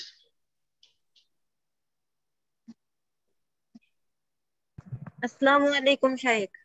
ওয়ালাইকুম আসসালাম ওয়া রাহমাতুল্লাহি ওয়া বারাকাতুহু। জি বলেন। শাইখ আমার একটা প্রশ্ন ছিল যে আমি 1 বছর হয়েছে আমি হেদায়েত পেয়েছি আল্লাহর রহমতে, এবং 1 বছর ধরে আমি কোথা থেকে বলছেন? কোথা থেকে? আমি বাংলাদেশের কুষ্টিয়া থেকে বলছি। আচ্ছা আচ্ছা, আলহামদুলিল্লাহ, আল্লাহ হেদায়েত করেছেন, আলহামদুলিল্লাহ। এবং এই 1 বছর ধরে আমি অনেকগুলো ওয়াজ এবং তাফসীর শুনেছি, এবং সহিহ বুখারী যেগুলো আছে সেগুলো পড়ার চেষ্টা করেছি, কিন্তু সব হাদিস আমার পক্ষে বোঝা সম্ভব হচ্ছে না, এবং অনেকগুলো হাদিস বুঝতে যে আমি ভুল করছি। আপনার ওয়াজ থেকে আমি অনেকগুলো শুধরিয়েছি আলহামদুলিল্লাহ। এখন আমার প্রশ্ন হচ্ছে, এই হাদিসগুলো পড়তে আমি যদি ভুল করি বা এখান থেকে আমি যদি খারিজিদের দলে চলে যাই, বা আমি কিভাবে এখান থেকে নিজের ঈমানকে রক্ষা করব? এবং এই হাদিস পড়তে পড়তে অনেক সময় আমার এমন হয় যে ফরজ বিষয়গুলোর প্রতি আমার ওয়াসওয়াসা চলে আসে, যে এটা হচ্ছে কিনা, আমার নামাজ হচ্ছে কিনা, আমার ওযু হচ্ছে কিনা, এরকম এমন।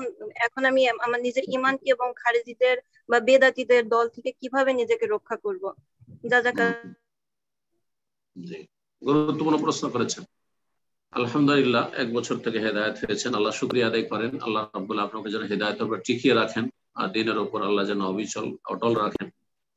গুমরাহি থেকে আল্লাহ যেন বাঁচিয়ে রাখেন। রব্বানা লা তুযিগ কুলুবানা বা'দা ইয হাদাইতানা। হেদায়েতের পর আল্লাহ আমাদের অন্তরকে বাঁকা করে দিও না। কোরআনে আল্লাহ দোয়া শিখিয়েছেন, এই দোয়া পড়বেন, নিজের ভাষায় দোয়া করবেন, আরবিতে না জানা থাকলে, আর আল্লাহ শুকরিয়া আদায় করবেন। তারপরে বলছেন যে আমি দিন শিখছি। দিন শেখার ক্ষেত্রে আপনি বুখারী পড়ছেন বা হাদিস পড়ছেন, অনেক হাদিস বুঝতে পারছেন না, বুঝতে ভুল করছি, তো এই ক্ষেত্রে যদি আমি খারিজি মানহাজের শিকার হয়ে যায় তাহলে কি করবো? হ্যাঁ, অবশ্যই আল্লাহ ধরবেন। তাহলে এই জন্য একজন মানুষের জন্য যথেষ্ট নয় যে সে কিতাব পড়ে পড়ে সে ইসলাম শিখে নেবে। জি, মুহাদ্দিসিনদের একটি উক্তি আছে, আপনাদেরকে বলি। আমরা হাদিস ফ্যাকাল্টিতে এই উক্তিটি পড়েছি, মান কানা শাইখুহু কিতাবুহু, মান কানা শাইখুহু কিতাবাহ কাসুরা খাতাউহু ওয়া কাল্লা সওয়াবুহু। যার শেখ, যার ওস্তাদ হবে কিতাব, পুস্তকই তার ওস্তাদ। কোন আলেমকে ওস্তাদ ধরে নেই, পুস্তক। হ্যাঁ, বই পড়ে পড়ে সে আলেম হওয়ার চেষ্টা করেছে বা ইসলামের জ্ঞান অর্জনের চেষ্টা করেছে। কাসুরা খাতাউহু, তার ভুল ভ্রান্তির সংখ্যা অনেক পরিমাণ অনেক বেশি হবে। ওয়া কাল্লা সওয়াবুহু, তার সঠিক সিদ্ধান্ত খুবই কম হবে।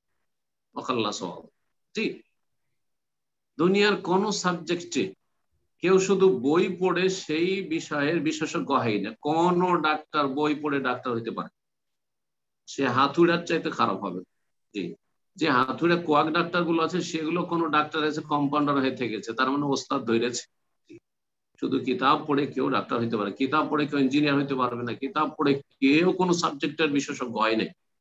সুতরাং ইসলামের ক্ষেত্রে এই যে আচরণটা করছেন দুনিয়ার ক্ষেত্রে কিন্তু কেউ করছেন না, এটা মোটেই জায়েজ নয়। আপনি কিতাব পড়বেন, কিন্তু সব সময় কোনো ভালো আলেমের সাথে সম্পৃক্ততা থাকবে, সেটা সরাসরি হোক, সরাসরি ক্লাসের মাধ্যমে, যেমন জুম ক্লাস হচ্ছে, এই ধরনের যে কোনো আলেম হোক না কেন, আমার চাইতে অনেক বড় বড়রা বাংলা ভাষায় রয়েছে, সে তাদের হোক, কিন্তু কোরআন সুন্নাহর আলেম হইতে হবে। বিদাতি সুফি আলেম না হয়, ইখওয়ানি খারিজি ভুল মানহাজের আলেম না হয়, সাবধান। কিন্তু আর তার সাথে সম্পর্ক রেখে সরাসরি যদি ক্লাস করা সম্ভব হয় তাহলে ভালো, আর সরাসরি যদি সম্ভব না হয় তাহলে অনলাইনে সেই যে হাদিসটা পড়ছেন বা তাফসীর, আয়াতে তাফসীর, কি আপনি তাফসীরের কিতাব পড়ছেন, সেটা আপনি আলোচনায় শুনবেন ভালো আলেম, ভালো শাইখ, আর দুটোকে মেলাবেন, তখন আপনার বুঝটা ঠিক হবে। যে আমি যেভাবে বুঝছিলাম তাফসীর পড়ে বা হাদিসের অনুবাদ পড়ে, সেটা তো আসলে নয়। এই হাদিসের সমন্বয়ে আরো বেশ কিছু হাদিস রয়েছে, তার সাথে করতে হবে, সবগুলির কম্বাইন করে সবগুলি হাদিস মিলিয়ে মাসলা ইস্তেমবাত হবে, মাসলা প্রমাণিত হবে। এই নয় যে একটা হাদিস পেলাম আর সেটা নিয়ে ছুটলাম। হ্যাঁ, একটা আয়াত নিয়ে খারিজিরা তো গুমরাহিতে হয়েছে, একটি আয়াত শুধু শুধু লড়তে হবে, মারতে হবে, মারতে হবে, এইটাই। কিন্তু অন্যদিকে যে বহু আয়াত রয়েছে, এহসানের কথা যাতে রয়েছে, যাতে রয়েছে মন্দকে বেশি ভালো দিয়ে দূর করো, আর শত্রুকে বন্ধু বানাবার চেষ্টা করো, আর তারপরে এইরকম বহু যে বিষয়গুলো রয়েছে আখলাক চরিত্রের, সুবহানাল্লাহ। তারপরে দাওয়াতের কাজ যে সবচেয়ে ফজিলতের কাজ, ওমান হাসান কয়মান দাইরাল্লাহ। আর তারপরে কোরআনে কারীম দিয়ে আল্লাহ রাব্বুল আলামিন যে জিহাদ করতে বলেছেন, এইসব নেই খারিজিদের কাছে, শুধু মারো আর মরো। জি, তো কথা হচ্ছে কেন? কারণ তারা কোনো ভালো আর আলেমের সংস্পর্শে আসে না, ভালো শেখ ভালো আলেমের সংস্পর্শে আসে না, যার ফলে তারা খারিজি হয়ে যায়। এইরকম অবস্থা ইখওয়ানি জামাতীদের, এদের পোলাপান থেকে শুরু করে এদের মহিলা থেকে শুরু সবাই মুফাসসির তাফসীর করে। কত শব্দ বলেছি, সবাই তাফসীর করে। এখানে তাদের লুকিয়ে লুকিয়ে যেসব অনুষ্ঠান হয় না, এই ছোট ছোট বাচ্চারা 18 বছর 16 বছর 20 বছর পোলাপান এসছে দেশ থেকে, ওকে একটা করে তাফসীর দেয়, এই সপ্তাহে তুমি এটা তাফসীর করবে, লা হাওলা ওয়ালা কুওয়াতা ইল্লা বিল্লাহ। কেউ গোমরাহ করে। এরকমই চিল্লাওয়ালাদের ওই তবলিগি ফাজাইল আমল ধরিয়ে দিয়েছে, আর কোনো দিনের জ্ঞান নেই। তো এইভাবে হয় না। ভালো আলেমের সংস্পর্শে এসে আকীদা শিখতে হবে, মানহাজ শিখতে হবে, বিশুদ্ধ ইবাদত বন্দেগী শিখতে হবে, হালাল হারাম তাদের কাছ থেকে শিখতে হবে, ফতোয়া এবং ফতোয়ার ক্ষেত্রে মানহাজ ভালো আলেমদের কাছ থেকে জানতে হবে। এই ক্ষেত্রে একটি কথা বলি, যখন আপনি হাদিস পড়ছেন, বুখারী আমার ধারাবাহিক আলোচনা হচ্ছে, শুরু থেকে আমরা পবিত্রতার অধ্যায়গুলি প্রায় শেষ করতে যাচ্ছি ইনশাআল্লাহ। আর 1 মাসের মধ্যে আমরা সালাত হয়তো শুরু করে দেব। তো এই যে ধারাবাহিক আলোচনাগুলি আমাদের কিন্তু ইউটিউবে সব আসছে, এই আলোচনাগুলি আপনি বুখারীর তরজমাটা নিয়ে বসেন, কিতাব নিয়ে বসেন, আর ওই বুখারীর আমার আলোচনাটা সামনে রাখেন। যেমন অনেক ভাই বোনেরা নিয়মিত, আমার তাফসীর তো পুরো 30 পারা তাফসীর আছে, 2 বার করে, একবার পিস টিভিতে আছে যেটা সংক্ষেপে, আর একবার আছে যেটা ইউটিউবে আমার ইসলামিক সেন্টারে দীর্ঘ 10 বছরে করেছি, গত 10 বছরে, আর গত 2 বছর আগে শেষ করেছি। তো এই যে তাফসীর গুলি, অনেকে কোরআন একটা তাফসীর নিয়ে বসেছেন, আরবি কোরআন তার সাথে অনুবাদ কোরআন আর তাফসীরটা নিয়ে বসেছেন, আর আমার আলোচনা শুনছেন, দুটো মিলাচ্ছেন, সহজে কোরআনে কারিমের তাফসীরটা বুঝছেন। দুটো মিলিয়ে দুটো সমন্বয় করবেন। আপনি বুখারীর হাদিসটাও নিয়ে বসেন, আর বুখারী যে ধারাবাহিক দার্সগুলি আমার আছে, ওহীর পর্ব থেকে শুরু করে ঈমান আছে, ইলম আছে, তারপরে তাহারাত প্রায় শেষ হতে যাচ্ছে, গত সপ্তাহে গোসল শেষ হয়েছে, তারপর হাইজ নেফাসের মাসলা আছে, তারপরে সালাত ইনশাআল্লাহ তাআলা শুরু করব। আর সালাতে যে ভুল ভ্রান্তিগুলি হানাফি মাযহাবে বা অন্যান্য মাযহাবে রয়েছে, সেগুলি সহিহ বুখারীর আলোকে স্পষ্ট প্রমাণিত হবে ইনশাআল্লাহ তাআলা। সেই সহিহ বুখারীর ভাষ্য বা আমার দার্সগুলির মাধ্যমে ইনশাআল্লাহ আমি চেষ্টা করব। আল্লাহ যেন তৌফিক দান করেন এবং আল্লাহ যেন সহজ করেন। তো এইভাবে যদি আপনি দিন শিখেন, তাহলে গুমরাহের শিকার ইনশাআল্লাহ তাআলা হবেন না। যে কোনো শেখের সংস্পর্শে এসে অবশ্যই ছাত্র হইতে হবে, অবশ্যই ছাত্র ছাত্রী হইতে হবে, সেটা যেভাবে হন না কেন। আল্লাহ যেন তৌফিক দান করেন, আল্লাহ যেন বুঝার তৌফিক দান করেন, আমল করার তৌফিক দান করেন, এবং সঠিক পথে আল্লাহ যেন কায়েম রাখেন, সমস্ত বিভ্রান্তি থেকে আল্লাহ বাঁচিয়ে রাখেন। আপনার ওয়াসওয়াসা হচ্ছে, হ্যাঁ, নতুন যারা হেদায়েত হয়, শুনে রাখেন ভালো করে, নতুন যারা হেদায়েত হয় তাদের পিছনে শয়তান বেশি লাগে। এজন্য আপনাকে শয়তান বেশি ওয়াসওয়াসা দিচ্ছে যে আমার এটা হলো না, তো এটা ঠিক হলো না, ওইটা ঠিক হলো না। শয়তান এইভাবে চাই যে এত বিরক্ত করব, এত পেরেশান করব, যে ও যাতে করে ইবাদত বন্দেগী ছেড়ে আবার গোমরা হয়ে যায়, জাহান্নামের রাস্তা থেকে উঠে এসেছিল আবার জাহান্নামের দিকে নিয়ে যেতে পারে। তো এই জন্য শয়তানকে কখনো সুযোগ দেবেন না, এবং আল্লাহর কাছে আশ্রয় কামনা করবেন। যখনই এরকমটা হবে, বেশি বেশি আউযু বিল্লাহি মিনাশ শাইতানির রাজিম পড়বেন। এর চাইতে বেশি যদি বড় করে পড়তে চান, আউযু বিল্লাহিস সামিউল আলিম মিনাশ শাইতানির রাজিম মিন হামজিহি ওয়া নাফখিহি ওয়া নাফসিহি, এইভাবে নিজের ভাষাতে, আল্লাহ তুমি শয়তানের অনিষ্ট থেকে আমাকে রক্ষা করো, শয়তানের গুমরাহি থেকে আমাকে রক্ষা করো, ওয়াসওয়াসা থেকে রক্ষা করো। সূরা ফালাক নাস পড়বেন। সূরা ফালাকে অন্যান্য সৃষ্টির অনিষ্ট থেকে আশ্রয় কামনা শেখানো হয়েছে, আর সূরা নাস হয়েছে মিন শাররিল ওয়াসওয়াসিল খান্নাস আল্লাযী ইউওয়াসওয়িসু ফি সুদুরিন নাস মিনাল জিন্নাতি ওয়ান নাস, জিন ইনসানের যে কুমন্ত্রণ ওয়াসওয়াসা, এগুলি থেকে আশ্রয় কামনা শেখানো হয়েছে। সুতরাং সূরা ফালাক নাস বেশি বেশি পড়বেন, সকাল সন্ধ্যা ঘুমাবার আগে, আরো বিভিন্ন সময়। তো ইনশাআল্লাহ আল্লাহ শয়তানের ওয়াসওয়াসা থেকে আপনাকে হেফাজত করুন, আল্লাহ সহজ করুন। সম্মানিত দিনী ভাইয়েরা এবং বোনেরা, আপনাদেরকে আবার বলছি, তা হলো যে প্রশ্ন করতে হলে এখানে শেখকে সরাসরি প্রশ্ন করতে হলে আপনাকে জুম অ্যাপের মাধ্যমে আসতে হবে, এছাড়া এখানে প্রশ্ন করা যাবে না। এবার প্রশ্ন করবেন এস মোহাম্মদ। আপনি প্রশ্ন করুন প্লিজ।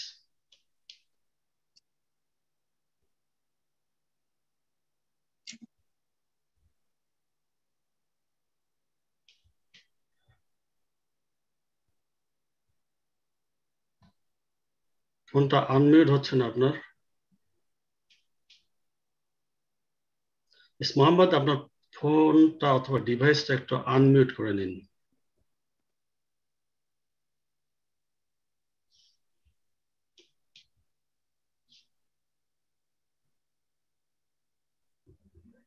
না, আপনাকে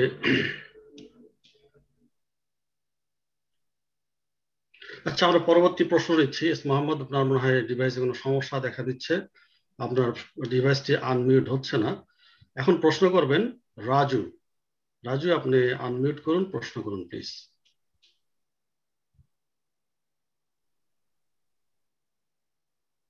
আসসালামু আলাইকুম সাহেব। ওয়ালাইকুম আসসালাম ওয়া রাহমাতুল্লাহি ওয়া বারাকাতুহু।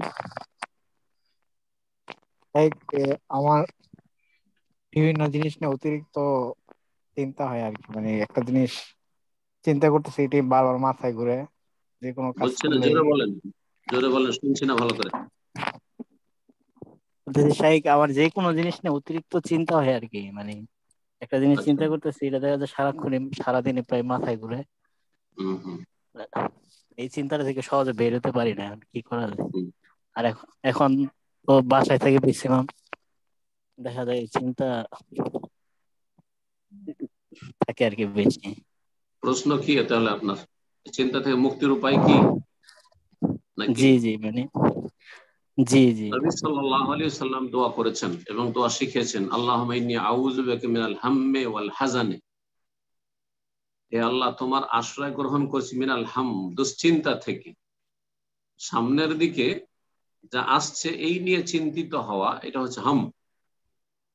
আগামীতে যে আশঙ্কা করছি যে আগামীতে কি হবে আমার, আমি কেমন করে চলবো, আমি কি করে উন্নতি করব, কিভাবে কি করব, এটা হচ্ছে হাম, এই দুশ্চিন্তা থেকে। আর হাজান, অতীতে যা কিছু ঘটে গেছে অপ্রীতিকর, অশান্তির কারণ, বিবাহ বিচ্ছেদ হয়েছে, কারো পারিবারিক সমস্যা হয়েছে, কারো বাপ মায়ের সাথে সমস্যা হয়েছে, কারো আর্থিক লস হয়েছে, কারো কিছু হতাহত হয়েছে, ইত্যাদি ইত্যাদি। এর উপরে যে দুঃখ, কষ্ট, শোক, এই শোক থেকে আল্লাহ আমার শোককে দূর করে দাও, এবং আমার দুশ্চিন্তা আগামীর যে করছি আমি, এগুলো দূর করে দাও। সবসময় মানুষকে চিন্তা করতে হবে বর্তমান নিয়ে, আমি এখন কি অবস্থায় আছি। আলহামদুলিল্লাহ ভালো আছে, যেমন আপনি আমি সকলে, কিন্তু এখন আলহামদুলিল্লাহ আমি যে কথা বলছি আলহামদুলিল্লাহ ভালো আছি। অতীত আমার কি প্রীতিকর হয়েছে, হ্যাঁ, যে কোনো ক্ষেত্রে হোক না কেন, সেগুলি চিন্তা করলে অশান্তি শেষ থাকবে না। হ্যাঁ, ওগুলি হচ্ছে হাজান বা হুজুন, হুজুন, দুঃখ, কষ্ট, ওসব ভুলে যেতে হবে। অতীতে যা গেছে গেছে, হয়েছে হয়েছে। সামনের দিকে কি হবে কিছু জানি না, আমি বাঁচবো কিনা জানি না, আমার কি হবে কিছু জানি না। সুতরাং সামনে নিয়ে কি করছে, কি করে খাবো, কি করে সংসার চালাবো, কি করে আমার কি করব, কি করে ভবিষ্যৎ উন্নতি করব, এসব কোনো চিন্তা নেই। সবসময় বর্তমান, আমি এখন যদি মত চলে আসে আমি জান্নাত যেতে পারবো কিনা, আল্লাহ আমাকে মাফ করবেন কিনা, এটা নিয়ে চিন্তা করবেন। অতীত বাদ দেন আর ভবিষ্যৎটা বাদ দেন, দেখবেন সমস্ত দুশ্চিন্তা দূর হয়ে গেছে। এটা করণীয়, আর তার সাথে দোয়া হচ্ছে করণীয়। আল্লাহুম্মা ইন্নী আউযু বিকা মিনাল হাম্মি ওয়াল হাযানি ওয়াল জুবনি ওয়াল বুখলি ওয়াল আজজি ওয়াল কাসালি ওয়া আউযু বিকা মিন গালাবাতিদ দাইনি ওয়া কাহরির রিজাল। অন্য রিওয়ায়াতে রয়েছে ওয়া আউযু বিকা মিন আন উরাদা ইলা আরযালিল উমর ওয়া আউযু বিকা মিন ফিতনাতিদ দুনিয়া ওয়া আযাবিল কবর। বেশ কিছু অনিষ্ট থেকে আশ্রয় কামনা রাসূলুল্লাহ সাল্লাল্লাহু আলাইহি ওয়াসাল্লাম করেছেন এবং শিখিয়েছেন উম্মতকে। এই দোয়াগুলি বেশি বেশি পড়বেন। বেশি না পড়তে পারে এই দুটো কথা, আল্লাহুম্মা ইন্নী আউযু বিকা মিনাল হাম্মি ওয়াল হাযানি, আল্লাহ দুশ্চিন্তা থেকে আমি আশ্রয় চাইছি, এবং অতীতের শোক, মনোকষ্ট থেকে আমি আশ্রয় চাইছি। এই কষ্টগুলি আমার অন্তর থেকে দূর করে দাও, আর আগামীর জন্য চিন্তা, এইসব চিন্তা থেকে মুক্ত করে দাও। ব্যাস দুটো কথা, নিজের ভাষায় বলেন, তাও আল্লাহ জানছেন সবকিছু। আর যদি আরবিতে বলেন দুআয়ে মাসুরা, তাহলে সবচাইতে ভালো। আল্লাহ যেন প্রতিটি মুমিন ভাই বোনের দুশ্চিন্তা যেন দূর করে দেন, বালা মুসিবত দূর করে দেন, শোক যেন দূর করে দেন। জাযাকাল্লাহ খায়ের। মোহাম্মদ, আপনি কি প্রশ্ন করবেন? আপনি যদি আরেকবার দেখছি চেষ্টা করে আপনাকে পাওয়া যায় কিনা।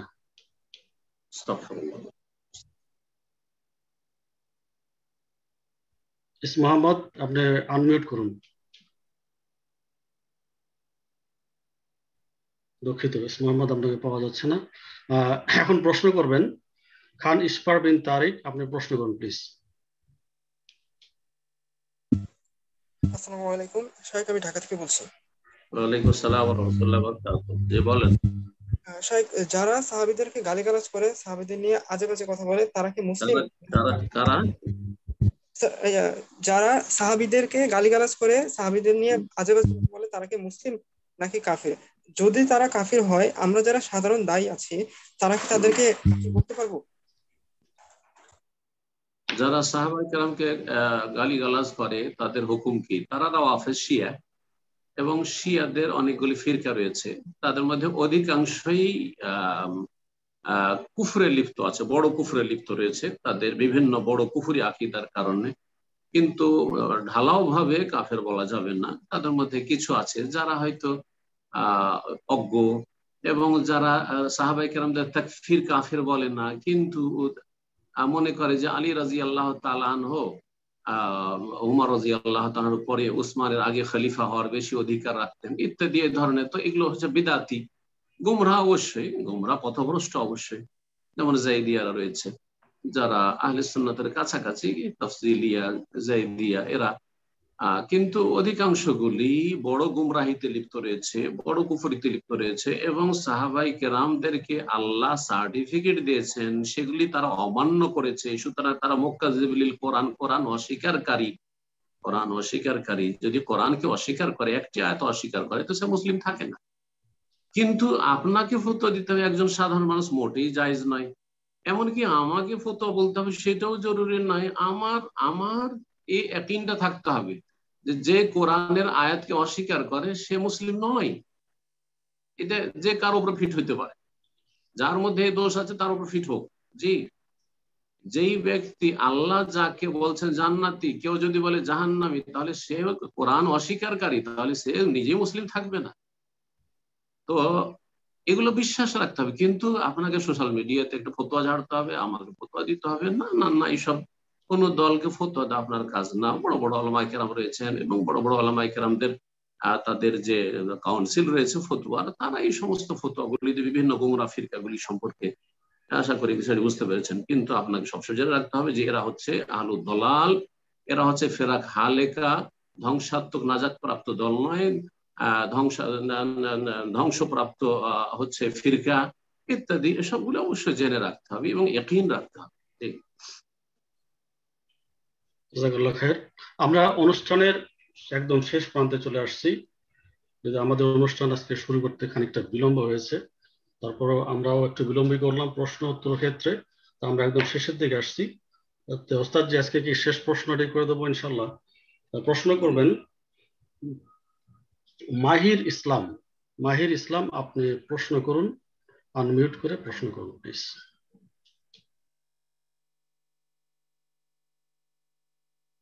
শাইখ আসসালামু আলাইকুম, আমি বাংলাদেশ সিলেট থেকে বলছি। আসসালামু ওয়া রাহমাতুল্লাহি ওয়া বারাকাতুহু। জি বলেন। শাইখ, আমার প্রশ্ন হচ্ছে, আমি ওমর সুলেমান, আমেরিকার একজন মানে ক্রিয়েটর আর কি, ওনার মানে স্পিচ ইংলিশে, এবং ওমর সুলেমান, জি ওমর সুলেমান চিনি না, ওমর সুলেমান চিনি না, আর কোন ব্যক্তিকে চেনা আমি জরুরি মনে করি না। জি, আপনি কোন ব্যক্তি বাদ দিয়ে আমি বলেছি, আগে বলেছি, সরি, শুরু থেকে শুনবেন আমার আলোচনা। আসলেন একটা প্রশ্ন করে টান দিলেন, এসব চাই না। আমি বলেছি আকীদার প্রশ্ন করবেন, ইবাদতের প্রশ্ন করবেন, আখলাক মুআমালাতের প্রশ্ন করবেন। কোন ব্যক্তি ওমর সুলেমানকে আমি চিনিও না, চেনার প্রয়োজন মনে করি। জি, আর আপনাকে চিনতে হবে না, আমি যখন চিনি না তো আপনার চেনা দরকার নেই। জি ওস্তাদ জি, আরেকটা প্রশ্ন নেব? জি নিতে পারেন। জি, রোকায়া সুলতান, আপনি প্রশ্ন করুন প্লিজ।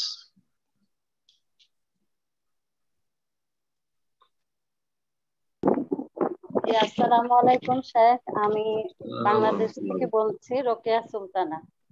জি, আমার প্রশ্নটা হচ্ছে, খাবারের শেষে একটা দোয়া আছে, আলহামদুলিল্লাহিল্লাযী আত'আমানি হাযা ওয়া রাযাকানিহি মিন গায়রি হাওলিন মিন্নি ওয়ালা কুওয়া। জি, এই দোয়াটা কি পড়া যাবে? আর এই দোয়াটা সহিহ, এই দোয়া হচ্ছে সহিহ। আর হানাফি সমাজে, বাংলাদেশে বা ইন্ডিয়াতে হানাফি সমাজে যেটা প্রচলিত দোয়া, আচ্ছা সেটা জয়ীফ। আলহামদুলিল্লাহ আতামানা ওয়া সাকানা ওয়া জালানা মুসলিমিন, এটা জয়ীফ হাদিস, তিরমিজি হাদিস জয়ীফ, এটা পড়া যাবে না, এটি পড়া যাবে আর না। যেটাতে বাকি হাদিসটা আছে যে আল্লাহর ভয়ে পূর্বের সমস্ত গুনাহ ক্ষমা করে দিবেন, এটাও কি সহি এই দোয়াটা পড়ার পরে পড়লে? হ্যাঁ, এই দোয়ার ফজিলত আছে। তাছাড়া এছাড়াও আরেকটি দোয়া আছে, আল্লাহ বারিক লানা ফিহি ওয়া আত'ইমনা খায়রাম মিনহু, বরকতের দোয়া চাওয়া, এটাও হাদিস আছে নিজের খাবার খেলে।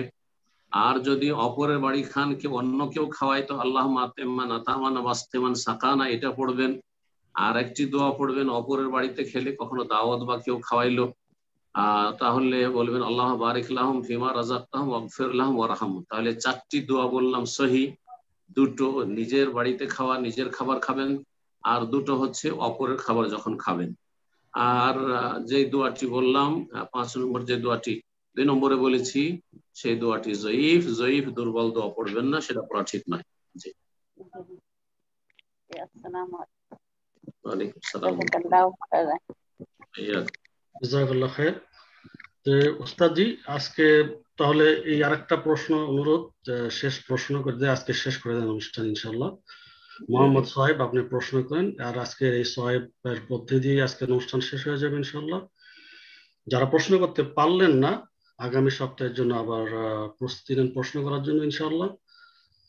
প্রশ্ন করুন মোহাম্মদ সোহাইব।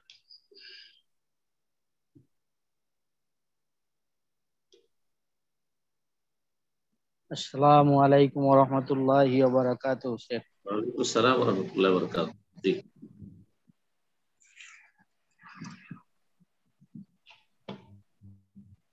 বলেন,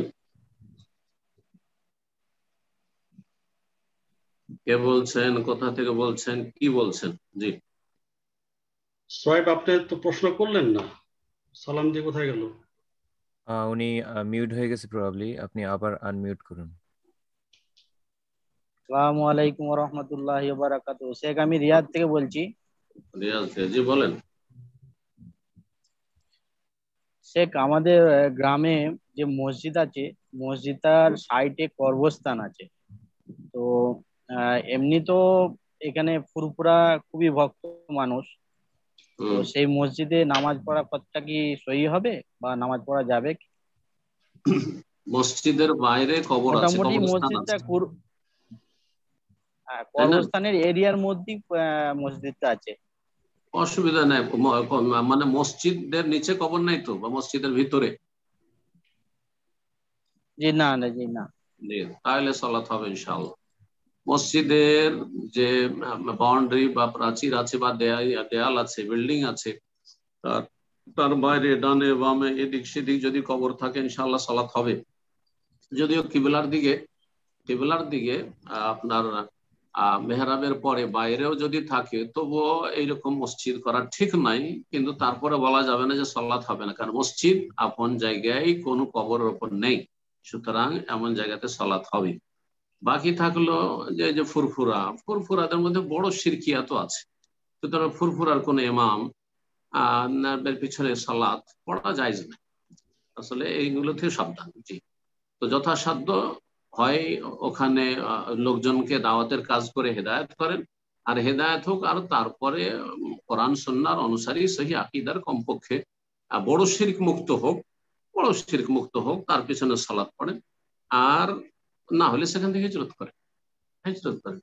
কিন্তু বড় শিরকি আকীদা রাখে, যে সেজদা, যে কয়েকদিন আগে আপনার সোশ্যাল মিডিয়াতে অনেকে দেখেছেন, আর আপনার বাড়ি যেহেতু ফুরফুরা জানছেন, যে এক মহিলা এসে কবরে সেজদা করছে, আর সেজদা করাচ্ছে, পীর তাদের সাথে করে নিয়ে বেড়াচ্ছে, আর গিয়ে সেজদা করাচ্ছে মহিলাকে। আউযু বিল্লাহি মিনাশ শাইতানির রাজিম। আল্লাহু আকবার। এরা যদি মুসলিম হয়, তাহলে ফেরাউনও মুসলিম। হ্যাঁ, কোন পার্থক্যটা আছে? গায়রুল্লাহকে সেজদা করছে, সুতরাং তাদের পেছনে সালাত পড়া জায়েজ নয়। জি, জাযাকাল্লাহ খায়ের। উস্তাদি শেষ করে দেন আজকে ইনশাআল্লাহ। আল্লাহ রাব্বুল আলামিনের কাছে দোয়া করি, আল্লাহ রাব্বুল আলামিন আমাদের গুনাহ খাতা মাফ করে দেন, অনিচ্ছাকৃত বা ইচ্ছাকৃত কোনো ভুল হলে আল্লাহ মাফ করে দেন। আল্লাহ রাব্বুল আলামিন আমাদের যদি ভুল হয়ে যায়, ভুলের সংশোধনের তৌফিক দান করেন। আল্লাহ রাব্বুল আলামিন আমাদেরকে নেক জীবন দান করেন। আল্লাহ রাব্বুল আলামিন দুনিয়া আখিরাতের সার্বিক কল্যাণ আমাদের সকলকে দান করেন। যেসব ভাই বোনেরা আজকের আমাদের এই জুম প্রোগ্রামে উপস্থিত থাকলেন, আল্লাহ তাদের উত্তম প্রতিদান দান করেন, আল্লাহ রাব্বুল তাদের নেক আমলগুলি কবুল করেন, তাদের এলমে, আমলে, দিনে, দুনিয়াতে, ছেলে মেয়ে, পরিবার পরিজন সবকিছুতে আল্লাহ যেন বরকত দান করেন। আল্লাহ রাব্বুল সমস্ত রকমের অনিষ্ট থেকে, মহামারী থেকে, বালা মুসিবত থেকে আল্লাহ যেন হেফাজতে রাখেন। আল্লাহ রাব্বুল আলামিন সার্বিক কল্যাণ আমাদেরকে যেন দান করেন। রব্বানা আতিনা ফিদ দুনিয়া হাসানা ওয়া ফিল আখিরাতি হাসানা ওয়া কিনা আযাবান নার। আমাদের আত্মীয় স্বজন যারা ইমানের অবস্থায় চলে গেছে, আল্লাহ তাদের যেন গুনাহ খাতা মাফ করে দেন, এবং যারা দুনিয়াতে আছেন আল্লাহ তাদেরকে হেদায়েতের উপর যেন প্রতিষ্ঠিত রাখেন। যারা আমাদের মুসলিম জাতির অথবা বিজাতির গুমরাহ পথভ্রষ্ট হয়ে রয়েছে, আল্লাহ সবাইকে যেন হেদায়েত দান করেন, এবং সকলেই যাতে করে জান্নাতের পথে আমরা চলতে পারি এবং জান্নাতে পৌঁছতে পারি। আল্লাহ আমাদের সকল মানুষকে তৌফিক দান করেন। আল্লাহ রাব্বুল আলামিন তার আযাব, তার পক্ষ থেকে যে গজব, ক্রোধ রয়েছে মানুষের অপরাধের কারণে, আল্লাহ যেন আযাব গজবকে উঠিয়ে নেন, মহামারী কেন উঠিয়ে নেন, এবং মানব জাতিকে আল্লাহ সংশোধনের যেন তৌফিক দান করেন, শিরক বিদআত থেকে মুক্ত হওয়ার তৌফিক দান করেন, নাস্তিকতা, কুফরি থেকে, মুনাফিকি থেকে মুক্ত হওয়ার তৌফিক দান করেন। আল্লাহ রাব্বুল আলামিন সমস্ত রকমের পাপাচার থেকে আল্লাহ মানব জাতিকে মুক্ত হওয়ার তৌফিক দান করেন। উম্মতে মুসলিমার আল্লাহ যেন হেফাজত করেন, উম্মতে মুসলিমাকে আল্লাহর দ্বীনের দিকে, কোরআন সুন্নাহর দিকে ফিরে আসার পুরোপুরি তৌফিক দান করেন। ওয়া সাল্লাল্লাহু ওয়া সাল্লাম আলা নবিয়িনা মুহাম্মদ ওয়া আলা আলিহি ওয়া সাহবিহি আজমাইন।